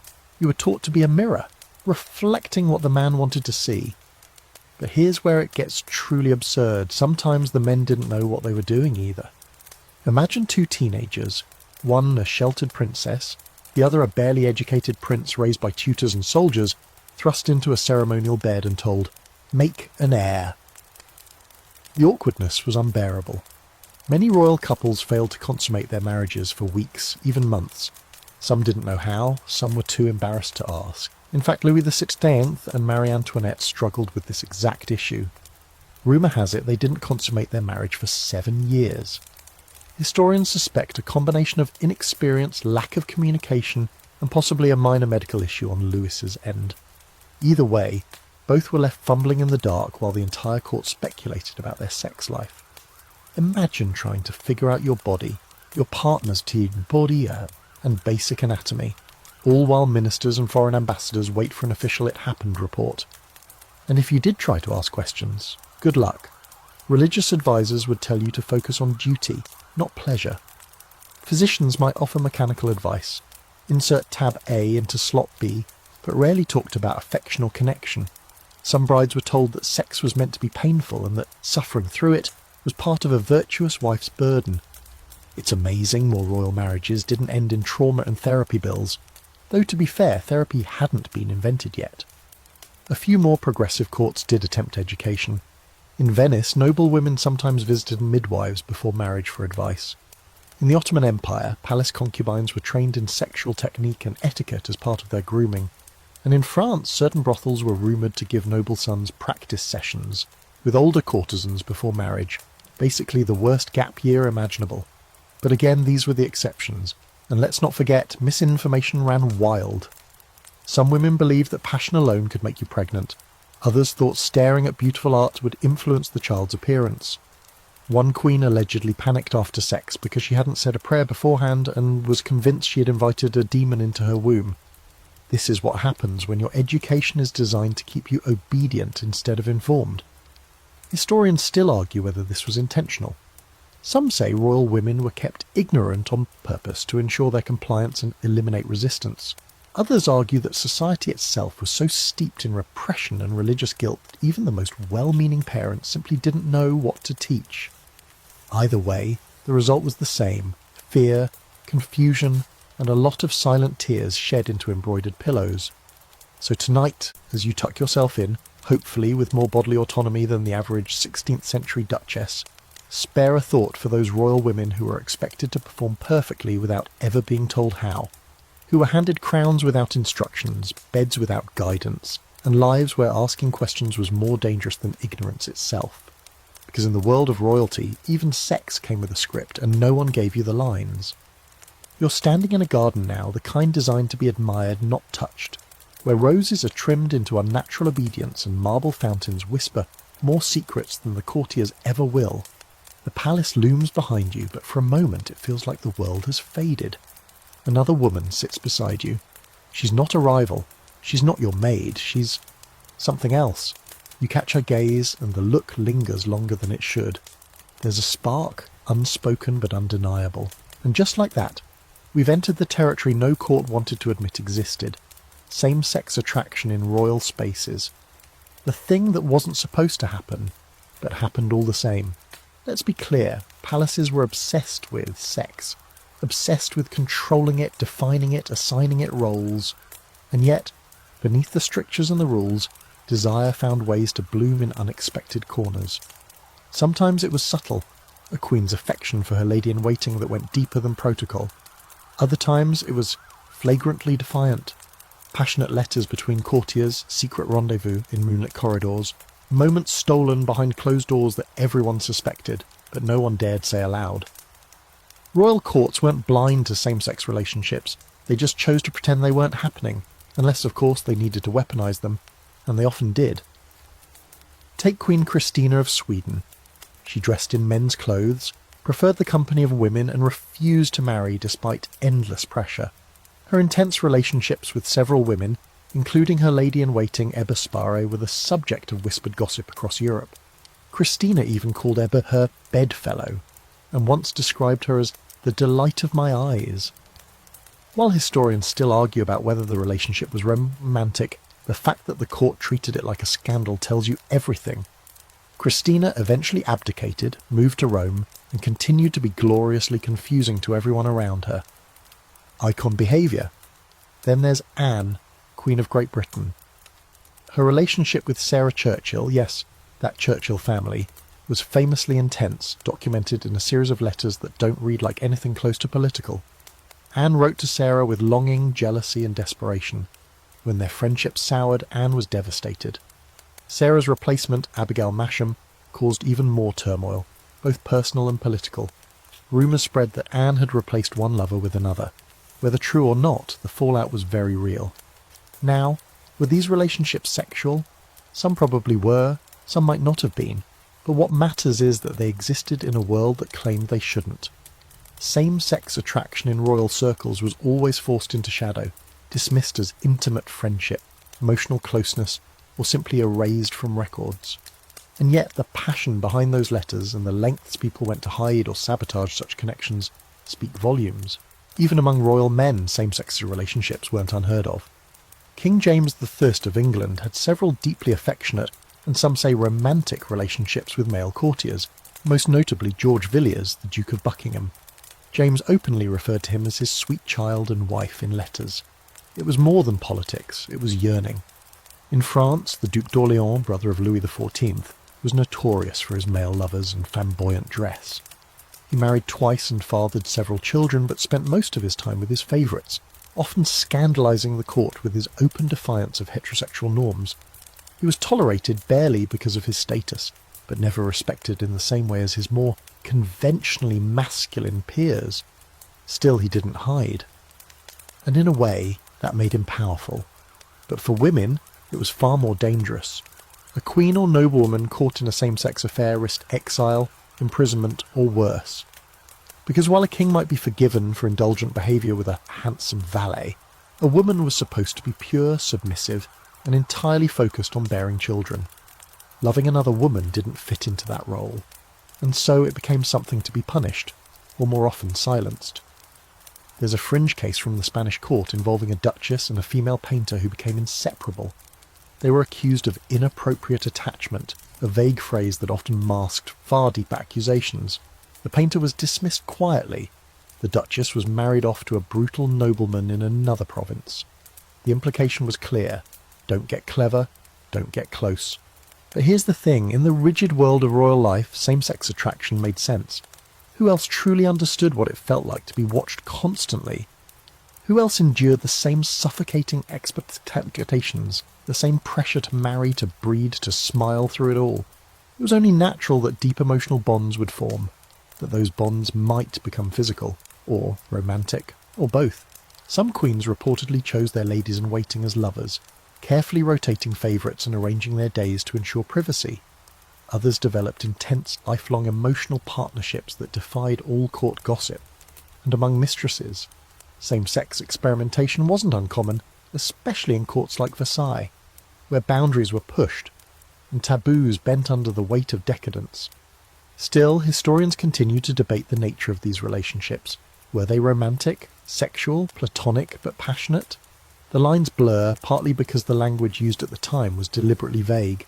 Women were encouraged to express affection in flowery prose, to kiss one another in greeting, to sleep in the same bed for warmth. That doesn't make every case romantic, but it certainly provided cover for the ones that were. And even when there were no lovers, just longing, the pain was real. Imagine being a young queen, married off at 15, falling quietly in love with your lady-in-waiting, a woman who makes you laugh, who brings you small gifts, who touches your wrist just a moment too long, and knowing you can never speak it, never act on it, never admit it, because to do so would be to risk everything. Your crown, your future, your life. So you smile, you bury it. Or maybe you let it bloom in secret, in stolen moments, in midnight letters no one will ever read. As you close your eyes tonight, think about those unspoken stories, the hidden glances in the gardens, the letters burned before dawn, the love that bloomed behind a curtain of silence, just as real, just as aching as any royal match made under stained glass and trumpets. Because not all courtly love wore a crown, some wore a whisper. The palace smells different tonight, not just candle wax and old wood. There's something else in the air. Musk, jasmine. A strange spicy note that doesn't quite belong. You recognise it from earlier, when one of the ladies-in-waiting dabbed something behind your ears and muttered, "For courage."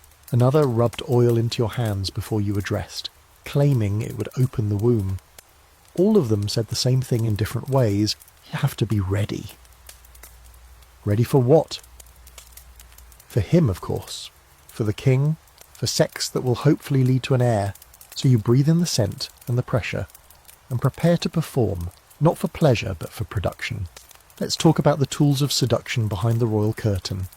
The ancient murky world of aphrodisiacs, perfumes, and the pseudo-science of arousal. Because in a time before hormones were mapped and desire was considered chemical, queens and mistresses relied on something older and far more unpredictable: potions, scents, and superstition. Perfume was the first weapon of choice. And it wasn't just about smelling nice. These weren't light, floral fragrances designed to flirt with the air. They were dense, musky concoctions brewed in apothecaries using ingredients like ambergris, whale secretion, civet from the glands of wildcats, and musk from deer. If that sounds animalistic and slightly disgusting, congratulations, you're catching on. That was the point. These were primal smells designed to stir something deep in the senses, to wake up the blood, to suggest things no court lady could say aloud. Some queens were rumoured to wear different scents depending on their goal. Jasmine and orange blossom when they wanted to appear pure and fertile. Patchouli and musk when they wanted to drive the king mad. Madame de Pompadour supposedly bathed in rosewater and dabbed a custom blend behind her knees and inside her wrists. Subtle, but devastatingly effective. Catherine de Medici's perfumer created entire cabinets of aphrodisiac oils and powders for her private use. And yes, she shared with her favourites.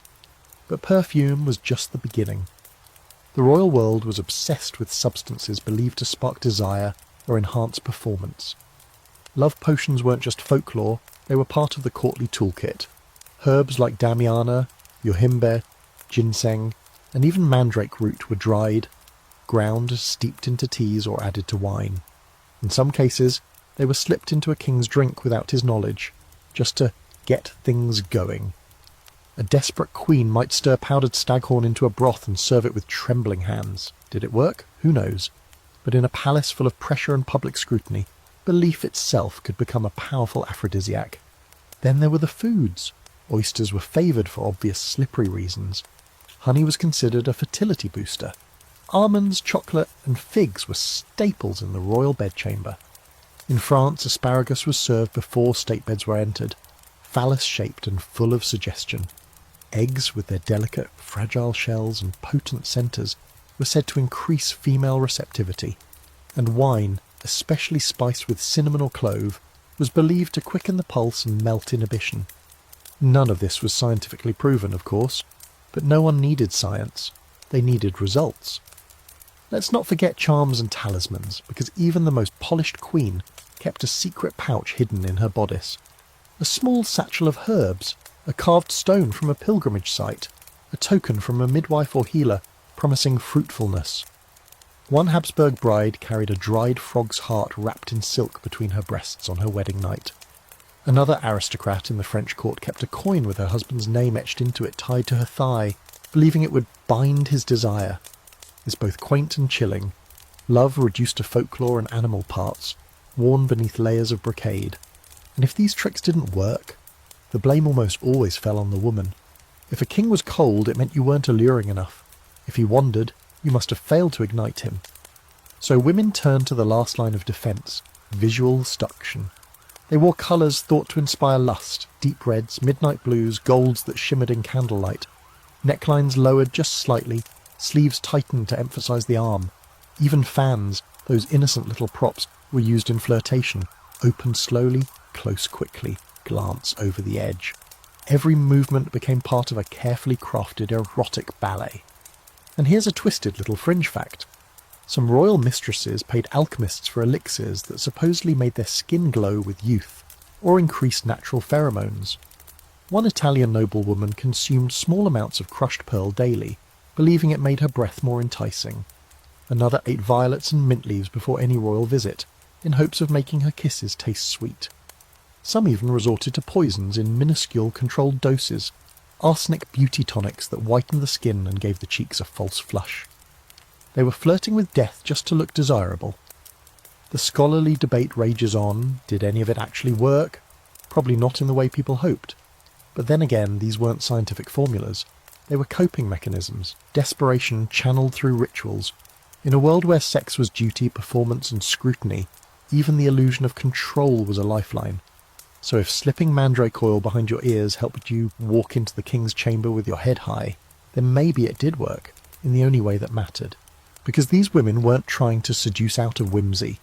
They were seducing to survive, to keep their position, to hold a man's gaze long enough to delay replacement. To remain relevant in a court that aged you the moment your cheeks lost their flush. Aphrodisiacs weren't just about arousal, they were about protection. So tonight, as you exhale beneath your own scentless sheets, be grateful you don't need powdered boar tusk or frog hearts to hold your place in someone's life. In the palace, a woman's desirability was measured not by affection, but by effectiveness. Passion wasn't just personal, it was performance. And the scent of power? That was the real aphrodisiac. The morning begins with footsteps in the hallway. Quick, deliberate, never rushing, but always just short of polite. You're still in bed, propped against embroidered cushions, your skin pale under the sheen of your nightgown. You haven't been feeling right. Not sick exactly, but off. Swollen in places, too warm, a little dizzy. You haven't bled in weeks, and the court is already murmuring. A physician is coming, not because you asked, but because the palace wants answers. Is the queen with child? Is the mistress gaining favour by bearing royal blood? You pull the covers up to your chin and wait for the doctor to examine what you hoped might stay private. But in the palace, privacy is a luxury no one truly owns. Welcome to the world of royal doctors and their bedside exams, an awkward, often humiliating intersection between medicine, politics and sex. Because when it came to royal women, physicians weren't just healers, they were verifiers, gatekeepers, and in many cases, reluctant voyeurs tasked with ensuring that a queen's body was performing according to dynastic expectations. Let's set the scene. You're lying in a grand bed surrounded by velvet curtains, gold leaf detailing on the ceiling above, and a small crowd of silent women standing awkwardly nearby. Ladies in waiting, attendants, possibly even a relative or two. A physician arrives, often an older man with bushy eyebrows and the unmistakable scent of herbal tinctures clinging to his coat. He bows. He does not smile. He sits by your side and begins asking intrusive questions in the most clinical tone imaginable. Have your breasts changed? Any nausea? Swelling? Tenderness? The conversation feels more like an interrogation than a checkup. And then comes the examination. In the modern world, this would be done with care, discretion, perhaps even kindness. Not here. Here the procedure is ceremonial, observed, documented. Your body is not your own. It is a subject of inquiry. The physician palpates your abdomen, checks your pulse, may even taste your urine, yes, really, to determine whether a pregnancy has begun. In some cases, he'll press his ear to your belly, hoping to detect the quickening the moment a fetus begins to move. And if you're not pregnant, well, the questions don't stop. They get worse. Because if you're not carrying a child, someone must be blamed. Did the king visit your chamber often enough? Was he successful? Was something wrong with you? Your monthly cycle is charted by others. Your temperature is recorded. Your appetite discussed behind your back.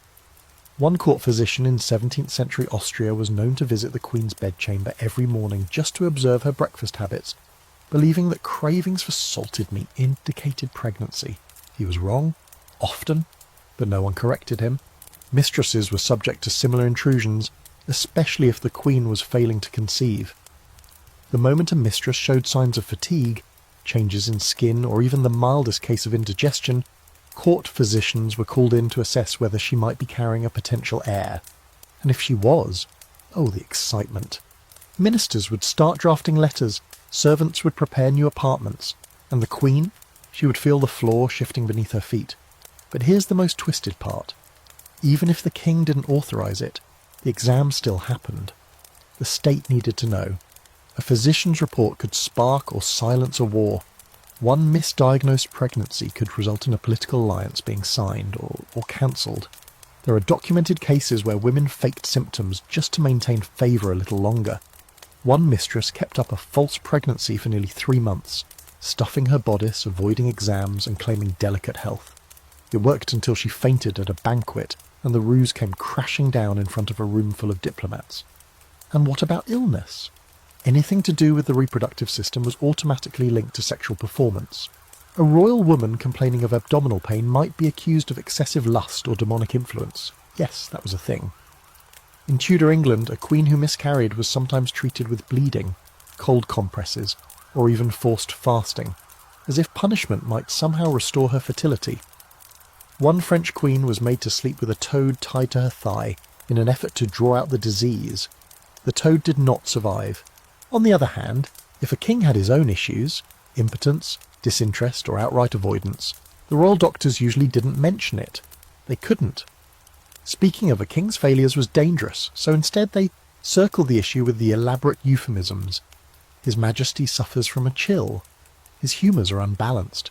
He is preoccupied with affairs of state. Meanwhile, the woman continued to be examined, diagnosed, and more often than not blamed. Here's a bizarre fringe fact. In 18th century Russia, Empress Elizabeth's court maintained a sex calendar for noble marriages. Physicians and astrologers worked together to determine the most auspicious nights for intimacy, and couples were instructed to perform accordingly. The idea was to increase fertility through timing. In practice, it turned sex into a bureaucratic task, complete with official approvals and morning check-ins. And what if a woman resisted? What if she refused to be examined? It didn't go well. Refusing the physician was treated as suspicious, possibly treasonous. A queen who denied access to her body was essentially denying the nation's right to its future. Some women complied through gritted teeth. Others wept. A few begged to be spared. But the physician came anyway, because the monarchy couldn't afford uncertainty. Historians still argue about whether these physicians genuinely believed in what they were doing, or whether they were complicit in a larger system of control. Some seemed sincerely invested in the well-being of their royal patients. Others were power-hungry men who enjoyed the influence, the proximity to royalty, the chance to play God with a stethoscope made of wood and saltpetre. But either way, their role was clear. To report on the female body like it was a weather pattern, public, predictable, and always subject to interpretation. So as you lie in your own bed tonight, untouched by state doctors and free from pregnancy rumours, remember what it meant to be a royal woman in history. Your body wasn't just yours, it was a matter of national interest, prodded and poked in the name of destiny. And no matter how regal your title, you were always just a few missed periods away from being examined like livestock. It's late. Too late for music. Too late for ceremony. The candles in your chamber have burned low, and the palace is finally quiet. The kind of quiet that only ever comes after midnight, when even the guards have stopped pretending to be alert. You lie still in bed, staring at the draped canopy above, your hands resting over the curve of your stomach. It aches, not sharply, but constantly. You try to breathe slowly, to ignore it, but deep down you know this isn't normal. Something's wrong, and you know what happens next, because every queen and mistress before you knew it too. In this world, sex could be deadly, and childbirth even more so. Let's talk about the terror that sat quietly beside every royal bed, the looming spectre of dying in childbirth. Because for all the court gossip about seduction, heirs and fertility, none of it meant anything if you couldn't survive the thing you were most praised for. Giving birth wasn't a celebratory moment. It was a high-stakes gamble, a dance on the edge of life and death. And you were the one expected to smile and bow as you stepped onto that stage. Start with the math. The odds weren't great. In many periods of European history, 1 in 5 women died from complications of childbirth. That number was even higher for women who gave birth many times, which of course most queens and royal mistresses were expected to do. You weren't trying to have just one child, you were expected to produce several, in case the first few didn't survive, and they often didn't. Each pregnancy came with its own risks: infection, hemorrhage, puerperal fever, retained placenta, breech births, stillbirths, multiple births, placenta previa, which could cause massive internal bleeding before anyone even realised what was happening. And there were no epidurals, no antibiotics, no modern sanitation. The tools were crude: forceps, if you were lucky, herbs, if you were desperate, prayers, always. There were midwives and court physicians, but even the most skilled among them couldn't stop a uterus from tearing or a baby from turning the wrong way. And if you were the queen, everyone was watching, literally. Royal births were often attended by dozens of people: ladies-in-waiting, physicians, clergy, noble observers, sometimes even foreign ambassadors.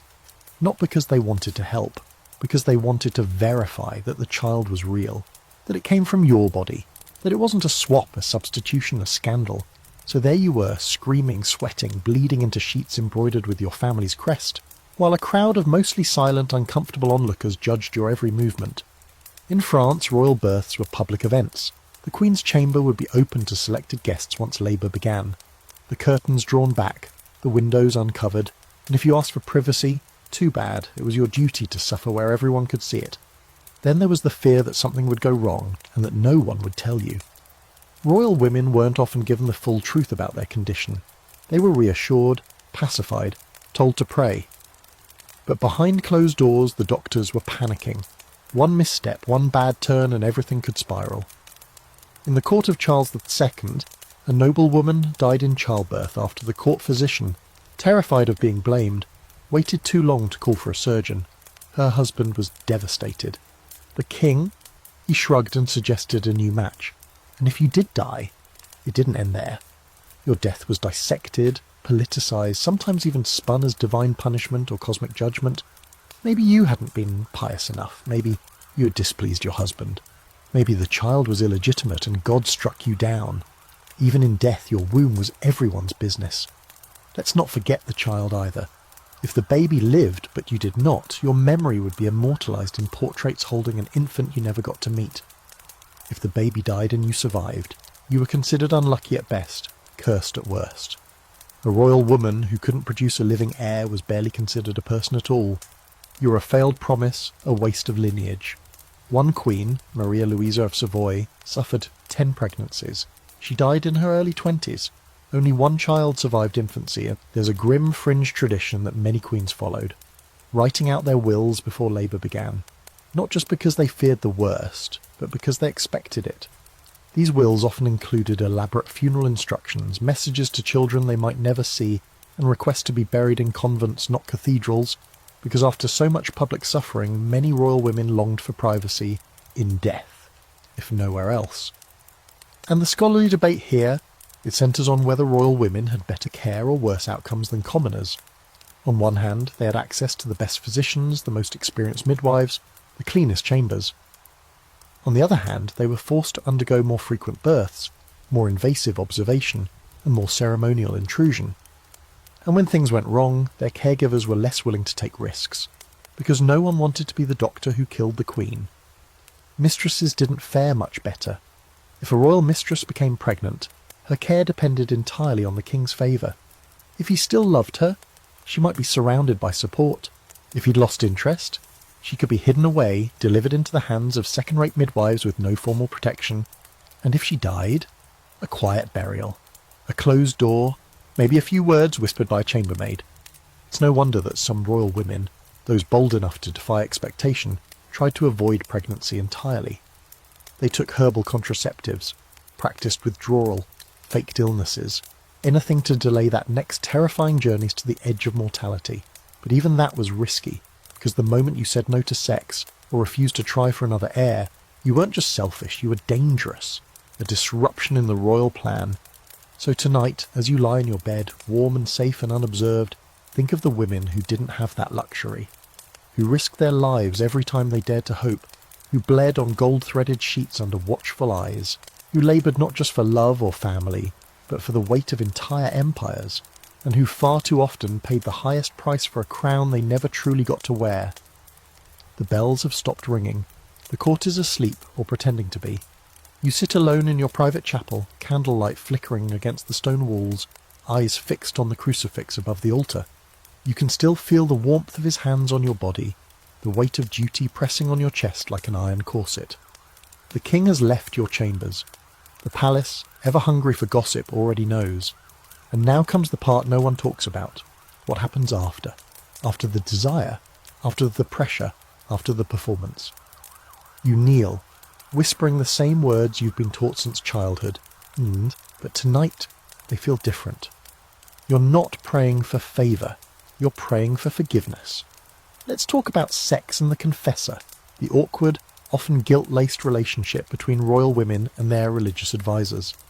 Because while queens and mistresses were expected to be seductive, fertile and compliant, they were also expected to be holy.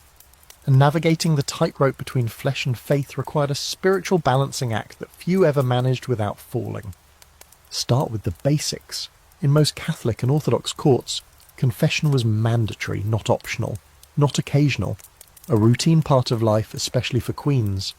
You were expected to confess your sins regularly, often weekly, to an appointed priest who served not just as your spiritual guide, but also as a kind of moral accountant.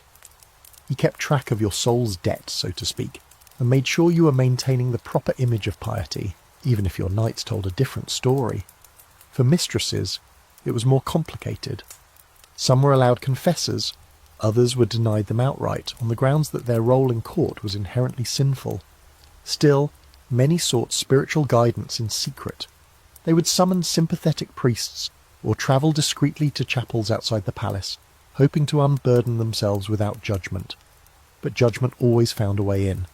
After all, they were confessing not only lust and immodesty, but also pride, manipulation, envy, and in some cases, having knowingly slept with a married man, even if that man was the king. And what were they told in return? Sometimes comfort, but more often penance, flagellation, fasting, long hours of prayer. One royal mistress in Spain was instructed to sleep on the stone floor once a week as an act of purification. Another was told to wear an iron rosary beneath her gown, the metal links digging into her skin to remind her that pleasure came at a price. Guilt was a currency, and it was paid in blood, hunger, and isolation. For queens, the pressure was doubled. They had to be both sexually available to their husbands and spiritually exemplary to the court, which meant confessing things they were never quite sure were sins. Was it a sin to find the king's touch repulsive? Was it a sin to pray for his visits to stop? Was it a sin to imagine another life, one where she wasn't examined or judged or reduced to her ability to produce heirs? Some confessors were gentle, others were less so. A French queen once reported that her priest scolded her for enjoying sex with her husband too enthusiastically. He said it showed a lack of spiritual discipline. She left the chapel crying, unsure whether she had offended God, her priest, or just her country's warped sense of morality. Then there were the rumours. Confession wasn't always confidential in the palace. A priest could become a spy. A rival faction might bribe him for details. What if you confessed to loving someone else, to lying about a pregnancy, to wishing your child had never been born? In a world where women were punished for less, those whispered admissions could be fatal. Some queens took to writing their sins in coded letters and burning them afterward, believing God would understand. Whether he did, or whether the palace cared, is another question entirely. And let's not pretend the priests were always neutral. Some used confession as leverage. They demanded obedience, threatened exposure, or pressured royal women into political action. One notorious Spanish confessor was known to advise his queen on everything from court appointments to when she should sleep with the king, couching it all within religious language. God commands it, he'd say. Your soul depends on it. It was spiritual blackmail wrapped in velvet. Even when women sought comfort in faith, the system was rigged against them. Sex, in their world, was rarely joyful. It was duty. It was performance. And afterward, it was guilt. Always guilt. Confessors told them to suppress desire, to view pleasure as weakness, to offer their bodies with humility, never passion. But the palace wanted results. Pregnancies, heirs, affection, delivered from women too ashamed to even admit they wanted to be touched. The contradiction was unbearable.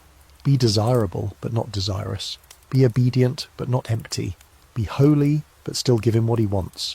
If you failed, the fault was yours. If you succeeded, you were still expected to repent. Here's a strange little fringe fact. In some courts, confession was required before the king could visit his wife's bed. A clean soul for a dirty deed. In theory, it sanctified the act. In practice, it meant that both participants walked into the bedroom weighed down by the knowledge that what they were about to do needed divine permission, or forgiveness. Some women rebelled quietly, they stopped confessing altogether, or they began visiting mystics, nuns, or old women from the countryside who offered spiritual comfort without condemnation. Others doubled down, confessing obsessively, hoping that if they just fasted one more day, just whispered one more prayer, they might finally feel clean. The scholarly debate on this is sharp. Some argue that confession was a form of control, a way to keep royal women docile. Others say it provided rare moments of honesty in lives built on performance. Maybe it was both. Maybe confession was both a prison and a release. One more contradiction in a life where everything was either sacred or scandalous, with no room in between. So as you turn out your light tonight, remember the women who whispered into the dark, not to lovers but to God, who begged for forgiveness for things they never chose, who knelt before altars trying to make sense of a world that wanted them pure, desirable and silent, all at once, because in the palaces of old salvation wasn't free. It had a dress code, a schedule, and a velvet kneeler stained with too many tears. The ballroom is packed tonight. Fans flustering, pearls glittering, music swirling like honey through candle-lit air. But no one's dancing just yet. Not really. They are watching, waiting, measuring glances and proximity like tacticians on a battlefield. You've come dressed grievily, your mask just crooked enough for to be intriguing, your lips painted in the shade the king once said he liked. But tonight isn't just another palace celebration. It's a masquerade, and here, with anonymity guaranteed and roles turned inside out, anything can happen.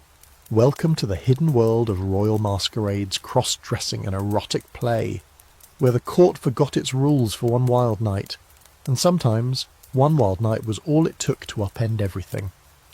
Masquerade balls in royal courts weren't just fancy dress parties. They were socially sanctioned chaos. For a few hours, everyone was allowed, expected even, to be someone else. A maid could be a queen. A nobleman might show up as a shepherd. Genders blurred, hierarchies crumbled, and people said things under masks they'd never dare say in daylight. The masks were more than decoration. They were license. And once the first wine-soaked giggle echoed through the hall, all bets were off. Let's start with the fashion. Cross-dressing was not only common, it was a key part of the spectacle.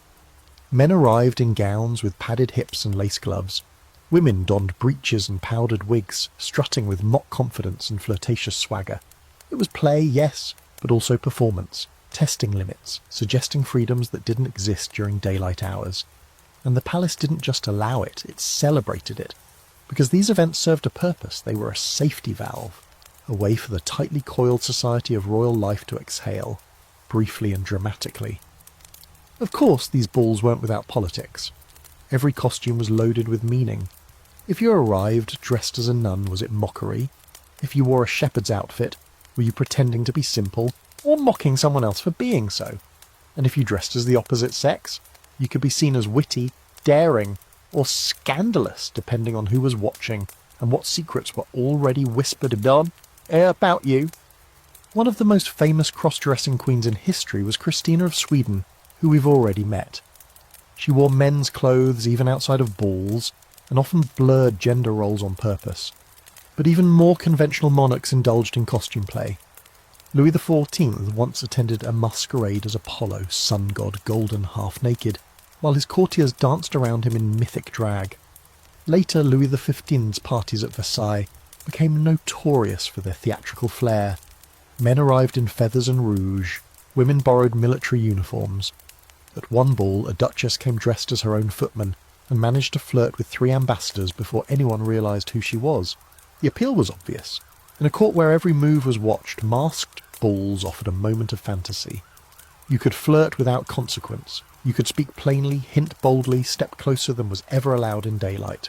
And yes, many affairs, both forbidden and expected, began or were consummated after masquerade nights. Mistresses used them to lure kings back into favour. Queens used them to remind the court of their allure. Some people just used them to escape the unbearable dullness of their daily identity. But the danger? Also real, because when you remove identity, you invite risk. One English prince was caught kissing a foreign nobleman at a masked event. The nobleman thought he was flirting with a duchess. The scandal was covered up, but not forgotten. In another court, a young woman dressed as a male soldier reportedly danced with her own brother, neither knowing the other's true identity. The horror, when revealed, led to months of public gossip and private embarrassment. And sometimes these nights turned violent. Duels were fought the morning after, sparked by perceived insults made under the protection of disguise. Affairs were discovered, loyalties exposed. There were even whispered rumours of assassinations attempted at masquerades, because what better place to stab someone than in a room full of people pretending to be someone else? Still, the masquerade thrived because it gave royal women, queens and mistresses alike, rare moments of control. If you wore the mask well, you could reverse your role entirely. Tonight you weren't a queen being watched. You were the watcher. You weren't a mistress under scrutiny. You were a hunter in silk, tuuriavisko, choosing your prey. And for women who spent most of their lives performing obedience, the chance to perform something else, even for one evening, was intoxicating. Here's a delicious fringe detail. Some royal masquerades ended with what were essentially orgies, although no one called them that. The polite term was private gathering. After the music ended, select guests were invited to continue the festivities elsewhere, usually in one of the lesser-used wings of the palace. What happened there was never written down officially, but memoirs and letters hint at wild indulgences. Clothes removed in laughter, games that started with dice and ended with nudity, bodies slipping in and out of candlelight. For a few hours the hierarchy dissolved completely. And what about the morning after? Most people resumed their roles as if nothing had happened. Masks were returned to velvet-lined boxes, dresses refolded, wigs powdered into silence. But sometimes the consequences lingered. A sudden pregnancy, a new alliance, a jealousy awakened. One queen discovered her husband had spent the entire night with her most hated rival, both wearing masks, thinking that they'd gone unnoticed. She didn't confront him. She didn't have to. The next week, the rival's cousin lost a valuable court position, and a new mistress appeared on the horizon. Historians debate how seriously to take these events. Were they harmless fun, or ritualized rebellion? Some say they were pressure releases for a society stretched too tightly. Others argue they were subtle ways of testing power, gender, and identity in a world where all three were normally fixed. Either way, they reveal something the official records never could. Even within the most rigid systems, people crave play. So tonight, as you pull up your own covers, no mask required, think about the queens who traded crowns for trousers, the dukes who danced in corsets, the palace full of people who just wanted one night to be someone else. And remember, behind every mask is a truth that couldn't be spoken in daylight, but found its voice beneath the chandeliers. The palace is quiet, but not peaceful. Tension hangs in the air like the scent of old roses left too long in a vase. You walk slowly down the corridor toward the Queen's apartments, past tapestries that once felt like scenery and now feel like witnesses. You're the King's mistress, or perhaps the former favourite, depending on who's whispering. And the Queen knows it. She has always known. But now it's different. There's no pretense anymore. The smiles are sharper, the silence is longer. You can feel the chill in the air before you even enter the room. Welcome to the royal cage match, the rivalry between queens and mistresses. In royal courts, queens and mistresses existed in a strange toxic balance. They needed each other. They despised each other, and they were often trapped together in a game neither one chose to play. One held the title, the other held the king, one had the crown, the other had the passion, and no matter how they tried to pretend civility, everyone knew that behind the fans and folded hands, these two women were enemies, sometimes quietly, sometimes spectacularly. Sometimes it was just Cold War, icy glances across banquet tables, carefully timed arrivals at court events, compliments dipped in venom. The queen might send a gift to the mistress, a necklace, a gown, something too exquisite to be rejected but chosen with just enough irony to sting. In return, the mistress might call the queen's most trusted lady-in-waiting by the wrong name, again and again, until everyone noticed. It was all theatre, subtle, brutal, and completely exhausting. But other times the conflict turned openly vicious. There's the famous case of Madame de Montespan and Queen Marie-Thérèse of France. Montespan was the mistress of Louis XIV, and she was powerful, witty, and stunning. The queen, though more reserved, had the crown and a heart full of quiet fury. When Montespan began accompanying the king to official functions, the queen retaliated by refusing to share a chapel with her. This wasn't just religious pouting, it was a calculated social insult. Montespan in turn ensured the queen was left out of certain conversations. Guests were accidentally misdirected. Information was withheld. It was war, wrapped in silk and scripture. And in England, Barbara Villiers, mistress to Charles II, famously tried to humiliate Queen Catherine of Braganza by flaunting her status at court. She even forced her way into the Queen's private chapel, once interrupting a service by making a scene over where she was seated.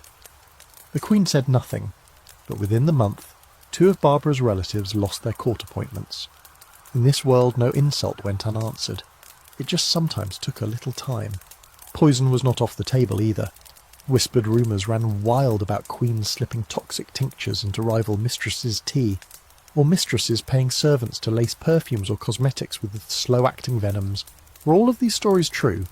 Probably not. But the fear was, the paranoia was real. There were mistresses who kept personal food tasters, and queens who wore gloves at all times in court, just in case an accidental brush of hands turned deadly.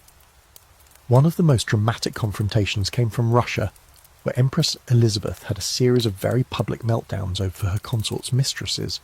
She once ordered one rival to be stripped of her jewellery mid-ball in front of a horrified crowd.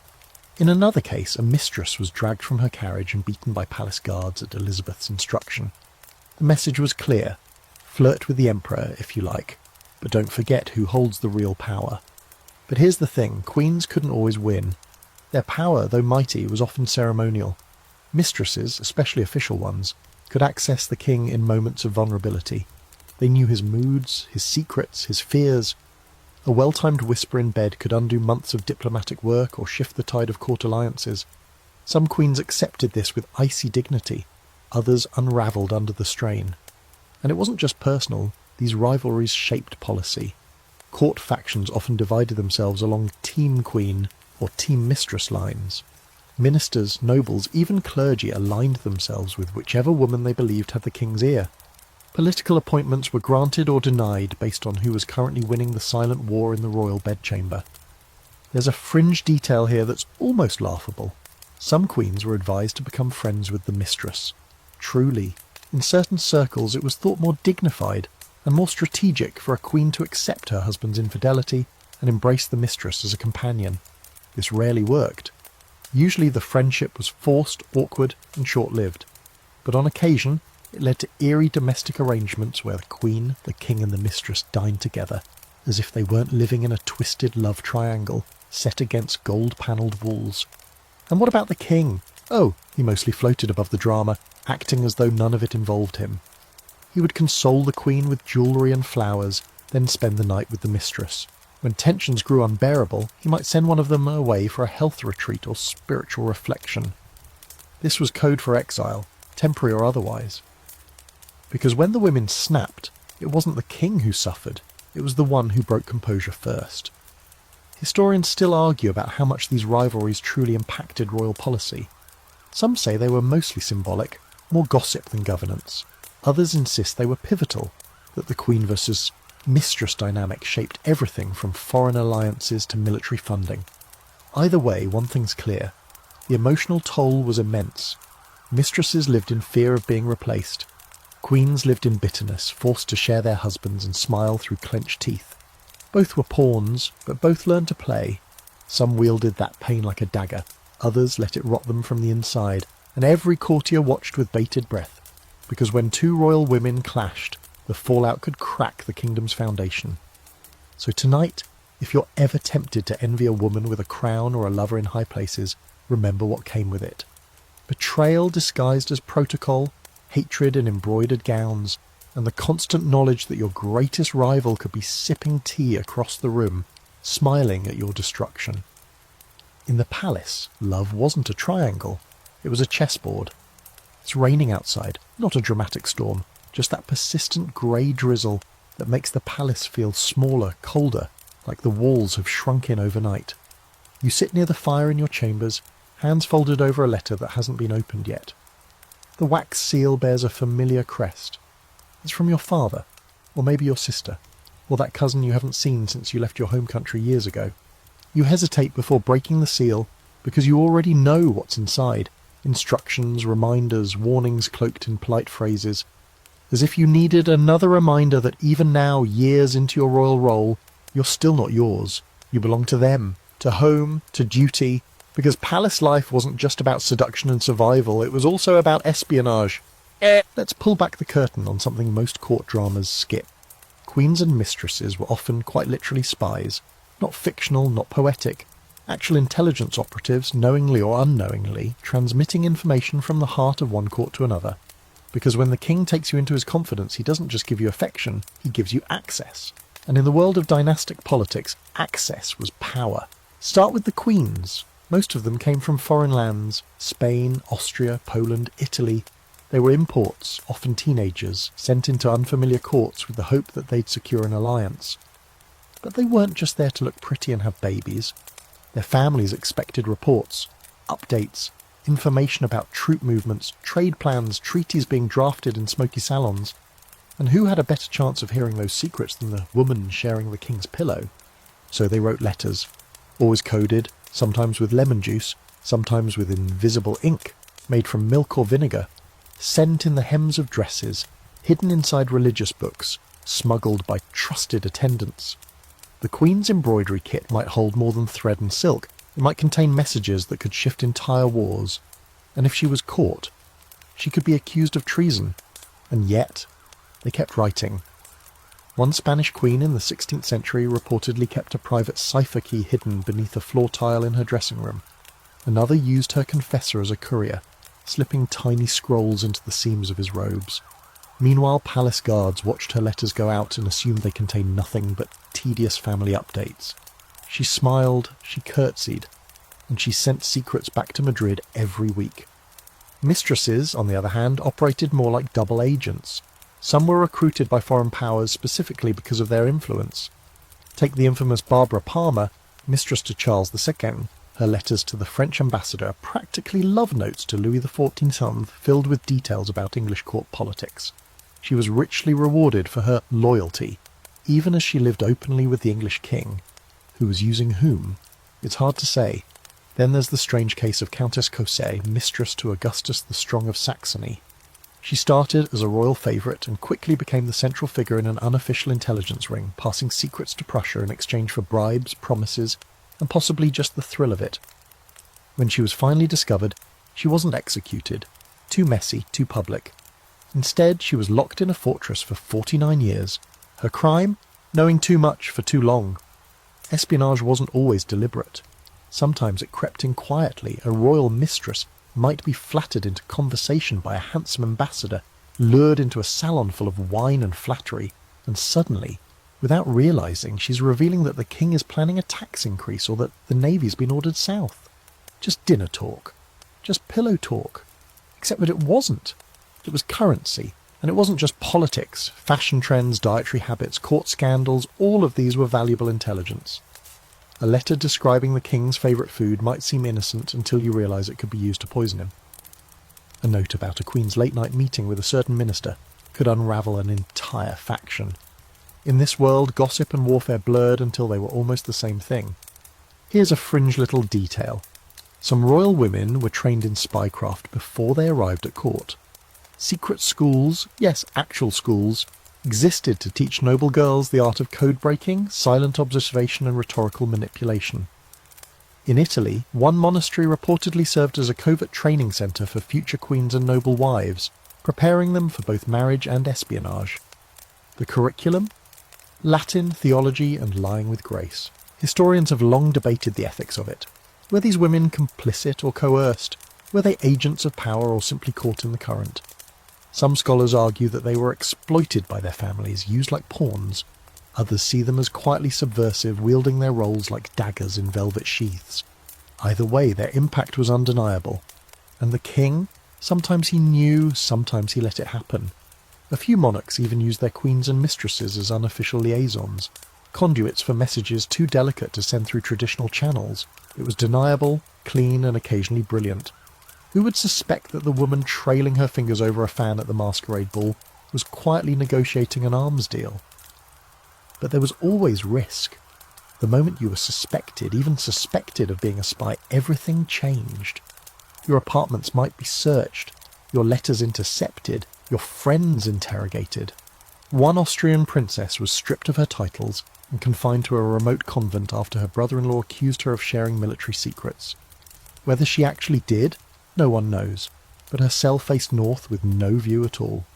And so royal women became masters of performance, not just in bed or at court, but in every word they spoke, every glance, every sigh. The queen might speak softly of poetry while memorising the seating arrangement at a diplomatic dinner. The mistress might flutter her eyelashes at a nobleman, only to relay everything he said to a rival faction the next morning. Because in the palace, power wasn't always about who ruled.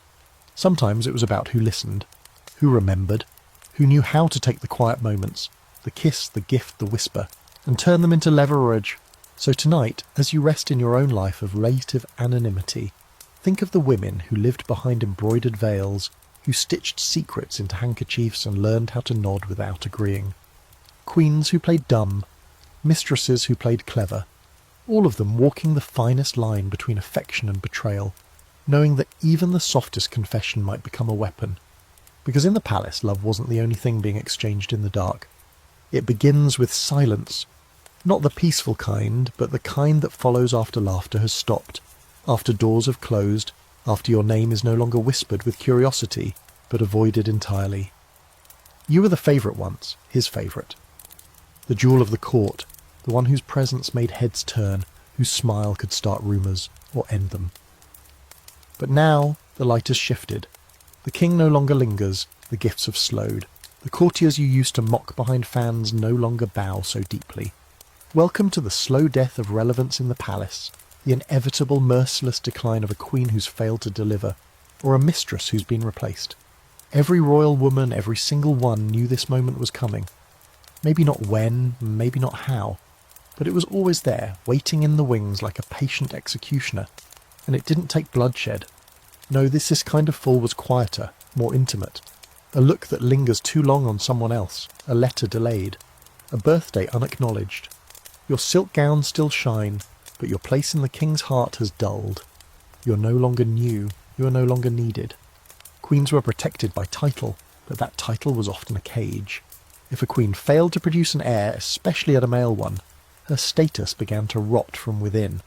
The court never said it outright, but they said it with looks, with absences, with sudden coldness from former allies. Your role was to give life, to continue the line.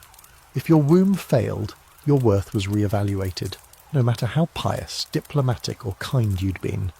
One Habsburg queen wrote in her journal, "I am not a woman, I am a vessel, and when the vessel is empty, it is cast aside." Chilling and true, mistresses suffered a different fate. Disposability. They rose fast, burned bright, and then, poof. The king's eye wandered, sometimes to someone younger, sometimes to someone smarter, sometimes just to someone else, and unlike queens, mistresses had no crown to fall back on. When you were out, you were out. The apartments were reassigned, the jewels returned. The courtiers who once called you Madame forgot your name within a week. You went from conversation to cautionary tale in the time it took to pack your hairbrush. One particularly brutal example is the downfall of Madame du Barry. She was adored by Louis XV, given staggering wealth and power. But after the king's death, she was banished from court, publicly shamed. During the Revolution she was arrested and executed, not just for her wealth, but for the sin of having once held power without being born to it. Her beauty didn't save her, her charm didn't save her. In the end, she was just another former mistress with enemies. Sometimes queens and mistresses were replaced by the same woman, a court favourite who charmed her way into the king's bed and then slipped into his wife's seat at the banquet. When this happened, the dethroned women rarely made scenes. They couldn't. They were watched too closely. Instead, they withdrew, first from parties, then from promenades, then from politics. One English queen took to embroidery, stitching hundreds of delicate roses into silk handkerchiefs while the new mistress paraded through her garden. Another retreated to a convent, not for God, for escape. The emotional toll was immense. Some women aged rapidly, consumed by bitterness and grief. Others played the long game, waiting years for their rival to fall from grace. And a few tried to return to favour, reinventing themselves with new fashions, new causes, even new lovers. But it rarely worked. The palace wasn't interested in comebacks. It wanted novelty. Let's not forget, ageing was a crime in royal courts. Not officially, of course, but silently, cruelly. Wrinkles were hidden behind veils. Grey hair was dyed or plucked or covered entirely. If you were no longer young, you had to appear young. And if you couldn't do that, you became invisible, no longer spoken of, unless it was to mock your decline. A woman who had once been the very pulse of court life reduced to a tired name in an old song. There's a fringe tradition that captures this perfectly. In the Polish-Lithuanian court, when a former mistress was formally dismissed, she was given a farewell dinner, complete with music, wine and a veiled toast to her former beauty. It was satire, kind on the surface but humiliating underneath. A final kiss of death in public, before exile in private. Historians debate whether these women had any lasting influence once they were pushed aside. Some say yes, that behind the scenes, they advised, wrote letters, even influenced key marriages. Others argue their power was fleeting by design, that the palace consumed them and moved on like fashion. The truth is likely somewhere in between. Some faded, some fought. Some won small, strange victories from the shadows. A few managed to survive with dignity. They retired to estates, took lovers of their own, wrote memoirs filled with half-truths and elegant insults. Others became cautionary figures, reminders to every ambitious girl at court that beauty faded, favour was fickle, and even the king's most intimate companion could become a ghost in her own home. And so you sit by the fire, watching the flames dance over the gold embroidery of your robe, letter still unopened in your lap. You know the court is moving on. The whispers have shifted to a new name, a new dress, a new fragrance wafting down the hallways. You don't cry, not tonight, you've cried enough. Instead, you fold the letter neatly and place it in the drawer with the others. Your handwriting, your memories, your legacy, still yours, even if your place in the palace is not. Because the fall from grace is never fast. It's a slow, steady erosion, a peeling away of importance, a gentle but relentless reminder that in this world you are only valuable for as long as they desire you. And when they stop, you disappear. The palace doesn't notice your absence. Not really. The chandeliers still flicker. The carriages still roll through the gates. The court continues to dance, to flatter, seduce, betray, just as it always has.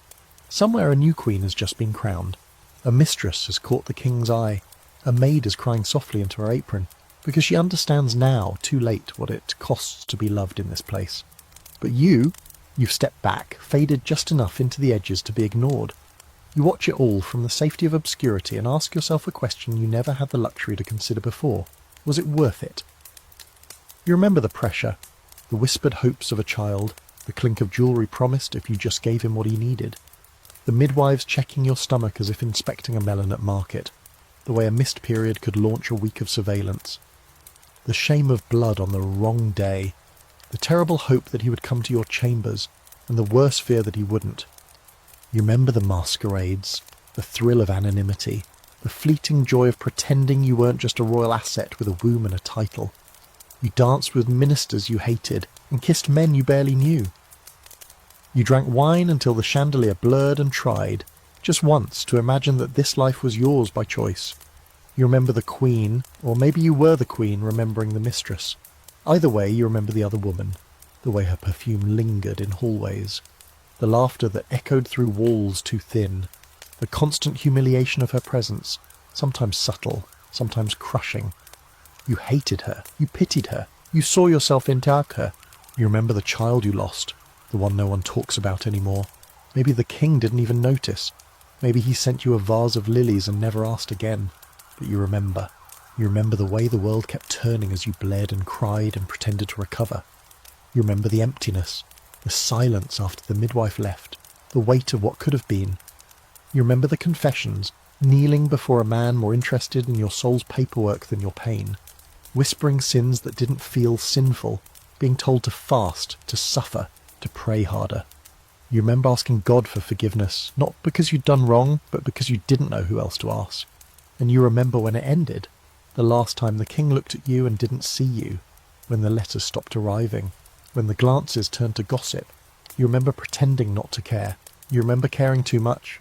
You remember the long walk from your apartments to smaller rooms, where the curtains were dull and the air too still. You remember folding the last of your gowns into chests you knew would never be opened again. But you also remember your own defiance, the secrets you kept, the alliances you forged, the small victories, petty, perhaps, but yours. You remember the day you stopped waiting for his summons, the moment you realised that even if the palace forgot you, you would not forget yourself. Historians will never know everything. They'll write about the politics, the pacts, the pregnancies. They'll debate your role, your influence, your guilt. But they won't know what it felt like. To lie beneath a man who called you my treasure in public and nothing at all in private. To carry his child and his secrets and never be thanked for either. To stand beside him, radiant in ceremony, and be invisible where it mattered. Because royal sex was never just about pleasure. It was a transaction, a negotiation, a game with no rules and too many players. And for women, queens and mistresses alike, it was a battlefield lined with silks and scented with rosewater. The wounds were invisible, the scars permanent. Now, as you light a candle for no one but yourself, the palace far behind you, you smile, not bitterly, not triumphantly, just a quiet, knowing smile. You survived. You navigated the labyrinth. You bore the weight of expectation and shame and still found a way to remain you, however small, however quiet. So tonight, as we dim the lights and let history exhale its final breath, remember them. The queens who were never queens in their own homes. The mistresses who gave everything for a seat beside power, only to find themselves alone. The women whose bodies were battlegrounds, whose desires were irrelevant, and whose names were footnotes in the story of kings. But most of all, remember, behind every portrait in gold, behind every whispered scandal, behind every royal bedpost carved with lions and lilies, there was a woman, breathing, enduring, wanting something more. The story's over now, the candles are out, the halls of the palace echo only with memory, like footsteps long faded into stone. You're still here, tucked beneath your own quiet sheets, listening to the hum of your own time, your own place, a place without servants standing at the door while you dress, without titles handed out like shackles, without every moment of your body catalogued, judged, and reinterpreted as a symbol of something else. And maybe you're still thinking about them, the queens who lay in gold-trimmed beds trying to feel human, the mistresses who outmaneuvered kings and still ended up forgotten. Their stories aren't just romantic tragedies. They're warnings, they're maps, they're reflections of how power uses beauty, how systems use desire, and how women, again and again, are asked to surrender themselves in exchange for the illusion of permanence. But even in the worst moments, bleeding alone after childbirth, kneeling before a confessor who couldn't understand, smiling while being replaced, these women carved something out of nothing. They resisted in whispers, in glances, in secrets, and sometimes they even won. Not by changing the system, not always, but by remembering who they were before the crown, before the pearls, before the palace decided their value. So if you're still awake, let that be your final thought tonight. The quiet, unglamorous resilience of women who knew that seduction wasn't about pleasure, it was survival. Who knew that intimacy wasn't always romantic, it was often political. Who knew that even the softest rebellion can echo through history like the rustle of silk in a throne room? Dim the lights a little more, let the hush settle in. You've travelled far tonight, from masked balls to birthing rooms to confessionals and corridors lined with fear and velvet. You've seen the power of a well-placed glance. You've felt the weight of a king's disinterest. And now you can rest. Thank you for staying, for listening, for remembering them.